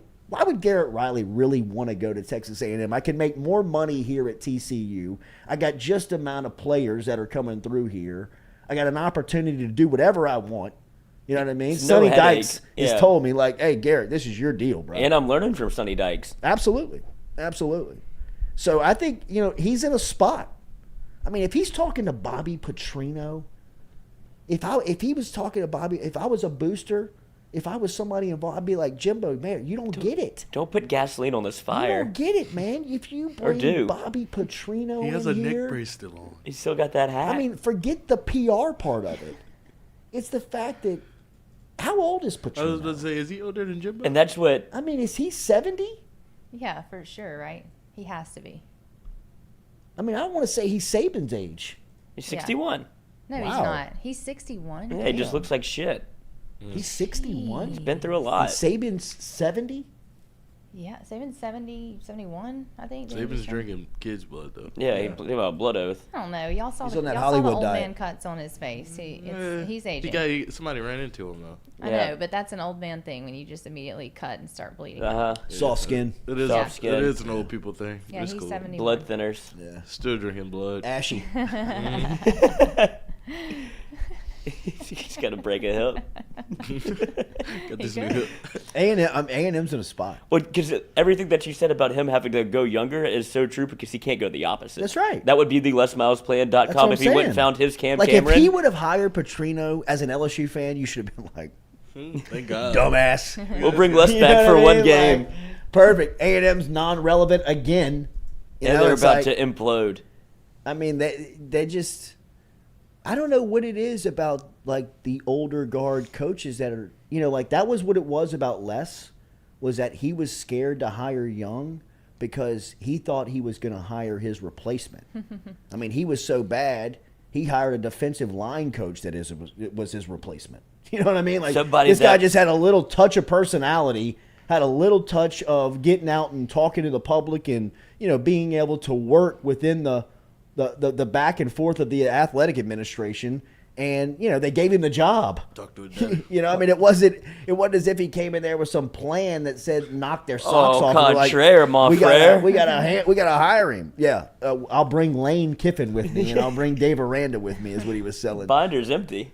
But I mean, it just shut up the glass, no work, no paper. I'm just saying, so I'm going to get Lane to do my homework for me, and we're going to be all good. We got Dave already on the honor roll. Dave's been doing it. Yeah. Now Lane's going to come in and do it. And then I'm going to sit here and beat my chest. It's perfect. It would have been perfect. It almost worked out perfect. I wonder who Mississippi State's going to hire. I think they hired Zach Arnett. Oh, they did. I'm sorry, they did. They promoted Zach Arnett permanently. That'll be okay. Yeah, that'll be good. Defensive coordinator. Out for Dave Mullen, though. Yeah, honestly.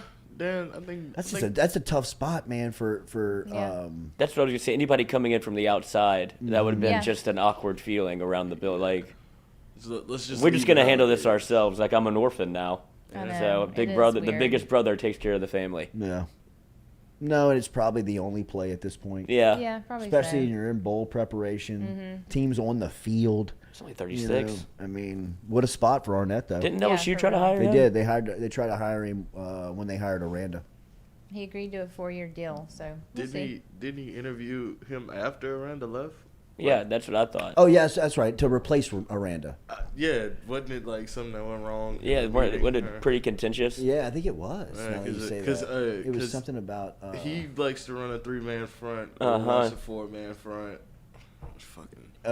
Was obsessed with the 4-3 because he did it at USC in 2000 whenever. Like, they run. Like, teams run 5 wide now. You didn't know what you were interviewing? Yeah, like you can't run 4 linemen and 3 linebackers. Imagine interviewing the defensive coordinator that you want to hire, and you're trying to tell him how to run the defense. Like, this is why you're hiring me. Stop!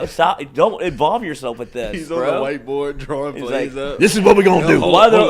There's only 3. Give me. Here's our hand signals. Put 4 up there. Put 4. What am I doing up here? And then LSU's team was built to run the 3-4. It made no sense whatsoever, and it was just it ended up kind of being the death of him. Because you brought in, he Les Miles did. Yeah. I mean, brought in Bo Pelini. The more that people I'll want to miles I'll run a up, 4-3. I just need a job. I didn't even interview him. Yeah, stuck in Youngstown. Dude, one question: 4-3, 3-4. Yeah, I mean, you don't want to tell everybody that. Bonnet was just like Bonnet. Bro, you were the ADs. Woodward was probably like,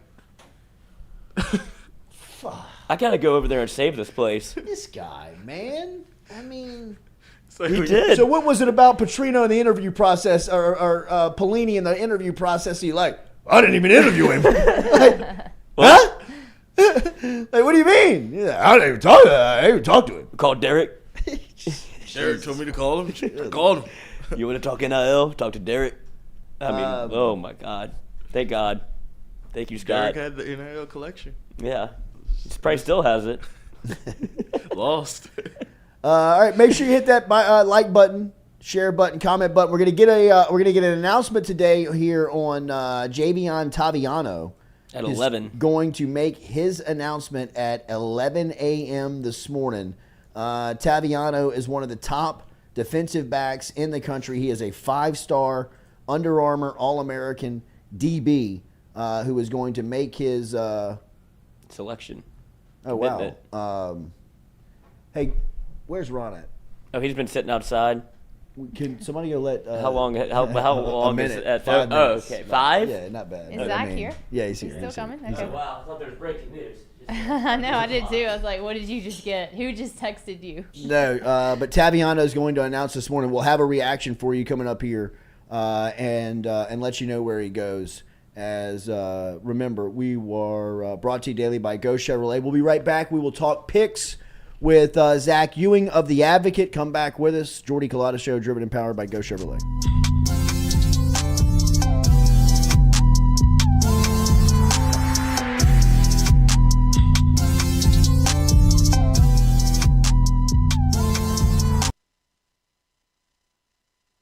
In a wreck, Gordon McKernan Injury Attorneys is ready to go to work for you. Come meet your team. I'm your intake specialist. I coordinate your case and connect you with your attorney and paralegal. That's us, your legal team. Thanks. And we'll fight to get you every dollar you deserve. I'm your settlements and disbursement manager, and I'm here to get you paid on time. I'm attorney Gordon McKernan. Put our team to work today. Just call us. Get it done. I remember telling them, hey, listen, my job here is to make sure that we bring, big time football to a small town environment, right? And so you see on movies sometimes about the way a town reacts to the football program and what it means to everybody, and that was the hopes and dreams that I had for the place. And so our kids take a distinct responsibility in wearing that Z on their helmet. It means a lot to them.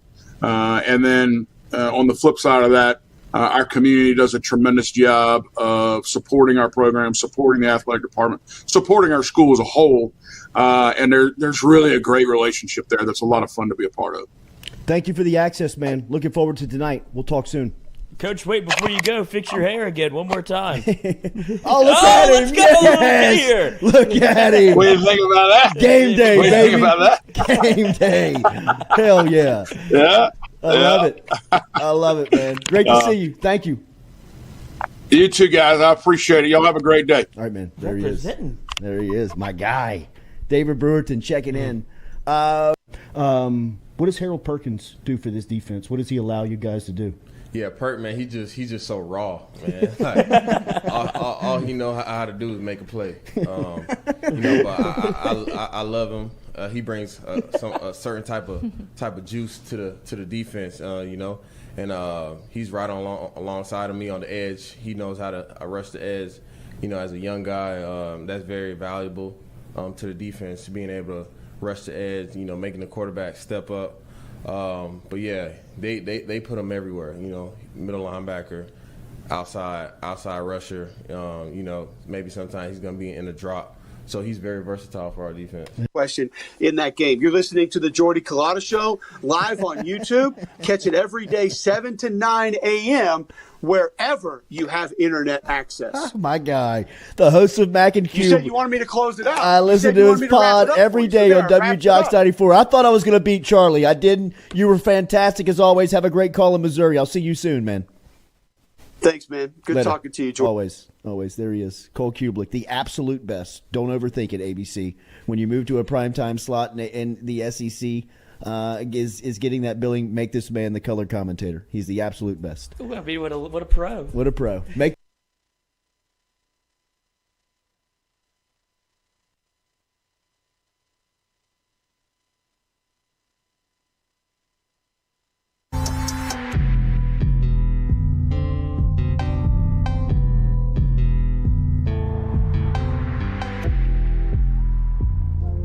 Hi, this is Dan Canterbury. Join myself and the legend, Coach Skip Burtman, for Hold the Rope Tuesday nights on YouTube.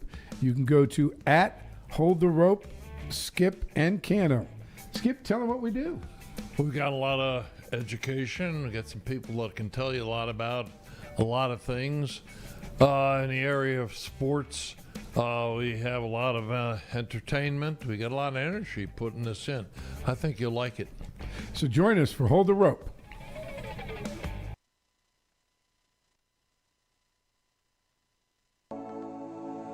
Looking to book a dumpster but no idea how? We've made it quick and easy for you. Check out our website at moralesrolloffs.com. Let Morales Roll-Offs know your desired delivery date, and finally, provide your contact details. To make payment, look out for an email invoice with all your booking details. On delivery day, our driver will notify you through text and email that your dumpster is ready and on the way. Now you know how easy and convenient it is. Call Morales Roll-Offs at 225-427-0000 for your dumpster. Hey Baton Rouge, when traveling through Natchez, Mississippi, whether you need to fill up your vehicle or your belly, stop by Go-Mart and On The Go Deli. Go-Mart has clean restrooms, community coffee, an awesome beer cave, and a great selection of anything you might need on your trip. So stop by Go-Mart at 4 Sergeant Prentice Drive as you're entering Natchez on the left, and visit Tom and Wright Granning and their awesome team at Go-Mart. Don't let the name fool you. Men's Total Health has offerings for the ladies, too. Guys, is your wife or partner suffering from urinary incontinence, low sexual desire, or pain during sex? Then the O-Shot might be for her. Don't let it scare you. It's totally natural. It's PRP.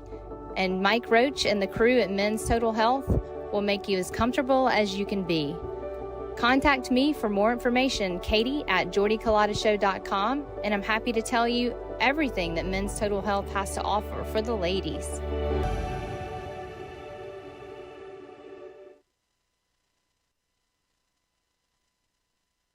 We're all from different places and backgrounds. We've each experienced our own versions of life, but in the end, we're all on the same team. I'm part of that team, along with these players in purple and gold. Kayshawn Buddha, Malik Neighbors, Miles Frazier, Kyron Lacey, Greg Brooks. Whether on the field or in the courtroom, your team matters. So join our team. Make a difference. Bet. Let's get it done. Hey Baton Rouge, when traveling through Natchez, Mississippi, whether you need to fill up your vehicle or your belly, stop by Go-Mart and On The Go Deli. GoMart has clean restrooms, community coffee, an awesome beer cave, and a great selection of anything you might need on your trip.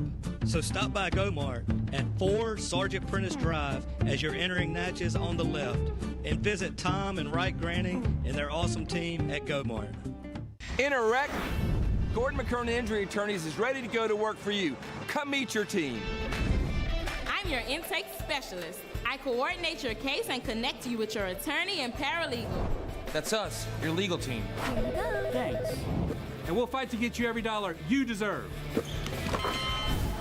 I'm your settlements and disbursement manager, and I'm here to get you paid on time. I'm attorney Gordon McKernan. Put our team to work today. Just call us. Get it done.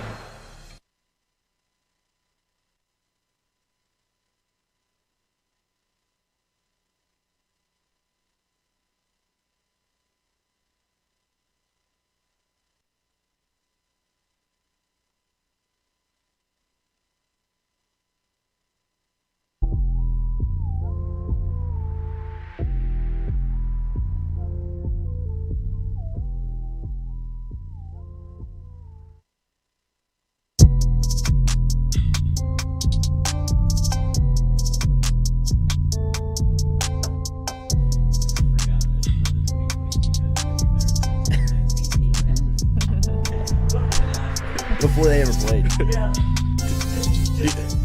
Dave Ray just walked out the building and he just shoots him in the back. Like, on the way out, Pelini's better than you. And Dave was like, watch this. Okay. Okay. All right, Ed. I'm See you taking later. my virtual reality room with me.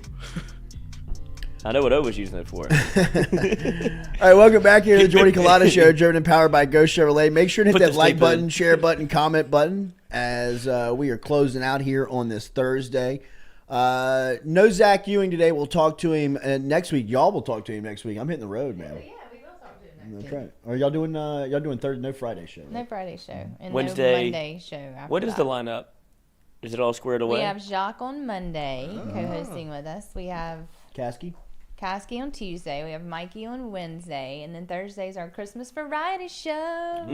Christmas Movies, weddings. food, betting, Christmas. Lloyd and Die I might Hard a do a Christmas skit movie? where he chloroforms me. Yes. Is I did it yesterday. We got good practice in. Is Die Hard a Christmas The movie? Baby It's Cold Outside. Doing a rendition. We want to do a new rendition of Baby It's Cold Outside. But tell the real Did you see story. Pornhub publish Yeah, I their do think it's a stats? Christmas movie. What? Die Hard is Oh, their stats of the year? Yeah. No, what's the trends? Harry Dads fell out. Oh. Harry Dads. Yeah, Pornhub published their stats. And there was a Harry Dads section. Oh, for the pandemic, we were the most searched. Who's we? Harry Dads. What do you mean? Who's we? Where you at? I fall right into Are that you genre. in it? Can I search Jordy Culotta? I'm in that number. If you know my stage name. Harry Dad 69. Harry Yeah, Dad right. for you. I don't know what the overarching trends were. It looks like anime has made a big push. In Oh, porn. no. Yeah, that's always been though. But that's Yeah, always super been a thing. weird, People like right? People watch animated porn. animated But porn. this is this for the United States or worldwide? You can break them down. This is that. But you can break them down. Yeah, the by worldwide country. for 2022 is hentai Japanese MILF, and then I don't even know what. Wait, all in one category? No, Hentai that's slash 1, Japanese 2, and slash- 3. Okay. So, Hentai, but that's Japanese why MILF. it's so high, is because the worldly. I think the worldly people. the like worldly hentai? people, yeah, like The international trends. exactly. Yes. The world has spoken, and they love Yes. dad bots and Harry Dads. Yeah, it's weird. The animated stuff is weird, and they have like Family Guy porn. I don't want to see Like you that. can, all your favorite animated shows are porn somewhere. Let's get into it. Who's making that? Who's taking the time? Pornhub. This is digital. This No, is why no, you I'm should all be. saying to This is make- why you should all be doing your marketing digital, people. Like, This is I'm the type of saying, who- results that we Drawing it can up. give you. Who took the time to get into Adobe Illustrator and Wow. was like, They I want to really do like like Lois. Peter Griffin The and searches that define the 2022 Pornhub stats. Number 1, reality. The reality category grew by 169%. Oh, that's While 69. real That's the homemade stepsister. searches grew by 179% worldwide. They grew 310 in the U.S. alone. it's OnlyFans. Number 2 is the transgender category grew by 75%. This became the 7th most popular worldwide and the number 1 category in Brazil. Wow. Oh, Brazil. Number 3 And is it's the World Cup. group sex. The threesome category grew by 34% to become the 4th most popular worldwide, as well as 133% gain for orgy. Number 4 is outdoors. The outdoor category grew by 121% to become a top 10 worldwide search. They break it down by Gen Z. Travel Gen Y. searches grew 32%, and camping went up 62%. Really? Well, that's like outdoor. Yeah. Right? Outdoors. Exhibitionism. Number 5, positions. Scissoring grew by 96% worldwide and 151% in the U.S. Positions like Amazon. That's a Explain. position? Oh, yeah. That's Put the Stewie's press favorite on about position. What is it, Stewie? Do you What's know the what Amazon is? position? The Amazon Stewie? position is when she fucks you. Like, it's very aggressive, yeah. Wow. But Stewie got trapped by one team, one pod at Fred's. And it's this girl with the microphone. And she goes, "What's your favorite sex position?" And Stewie goes, "Excuse me?" Like, huh? And I was in the back. I go, "Tell her Amazon. Tell her it's the Amazon position." She goes, "I don't know what that is." I was so lost. Dude, deer in the headlights. He's like, "I just smoked in the car." Like, Hey, what? I'm high. This is way too much. Is I just graduated, man. Leave me alone. Is this live? I was there. I just walked away.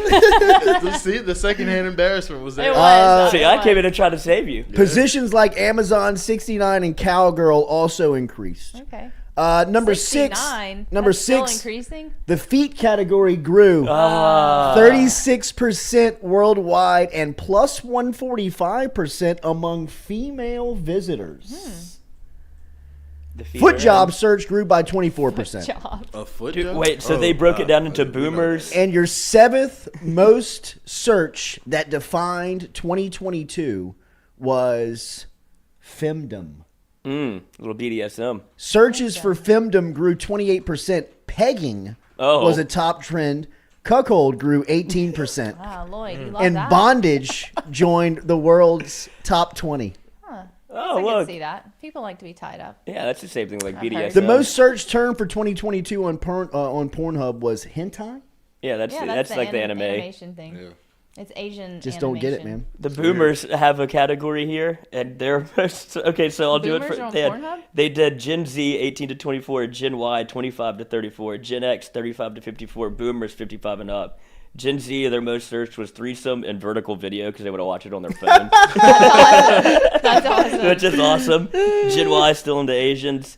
Gen X is into like these are like your 35-year-old, so they're still watching the same porn that they watch when they're like 18. Cream pie is the number one search.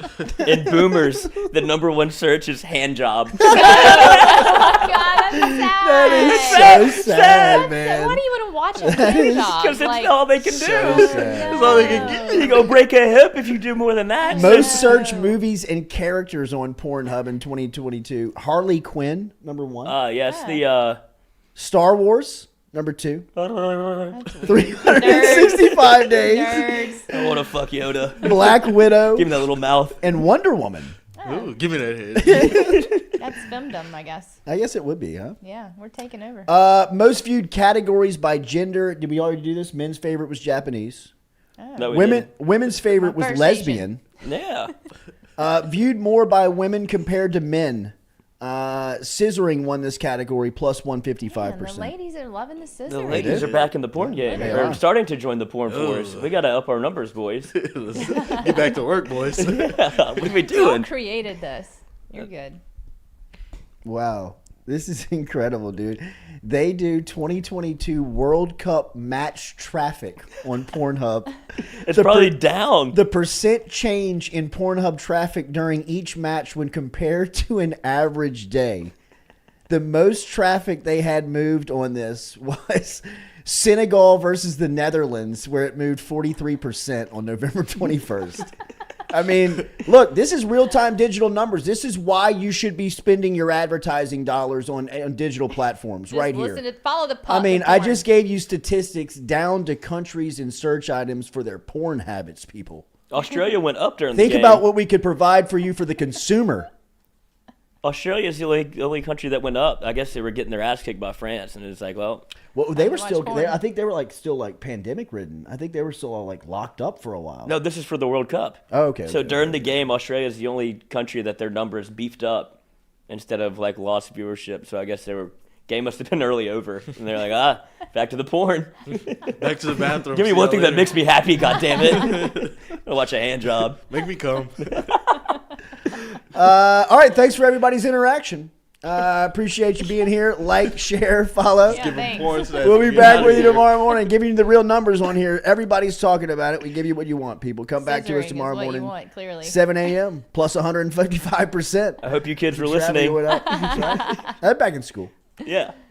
Just give everything a Google. Find out for yourself. We'll be back with you tomorrow. Hey, make sure and follow what's going on today. Today is Thursday, Where My Dog's At, with Rohan Davey coming up. Then don't forget tomorrow, no mic'd up. No mic'd from up. Uncle Earl's tomorrow. We will have the Jordy Culotta show for us closing out the week. Make sure and like, subscribe, Nick today. Share. What? Right, Nick today. Nick Diaz. Yeah, Nick Diaz today, 3 o'clock. Out of my league, as that is experiencing some really good success here early on with Nick Diaz in the afternoon. So make sure and check him out with Out of My League. For everybody over here at the Culotta Show, have a great Thursday. Like, share, and comment. We will be back with you tomorrow morning, 7 a.m. Graduation tomorrow. Whoa.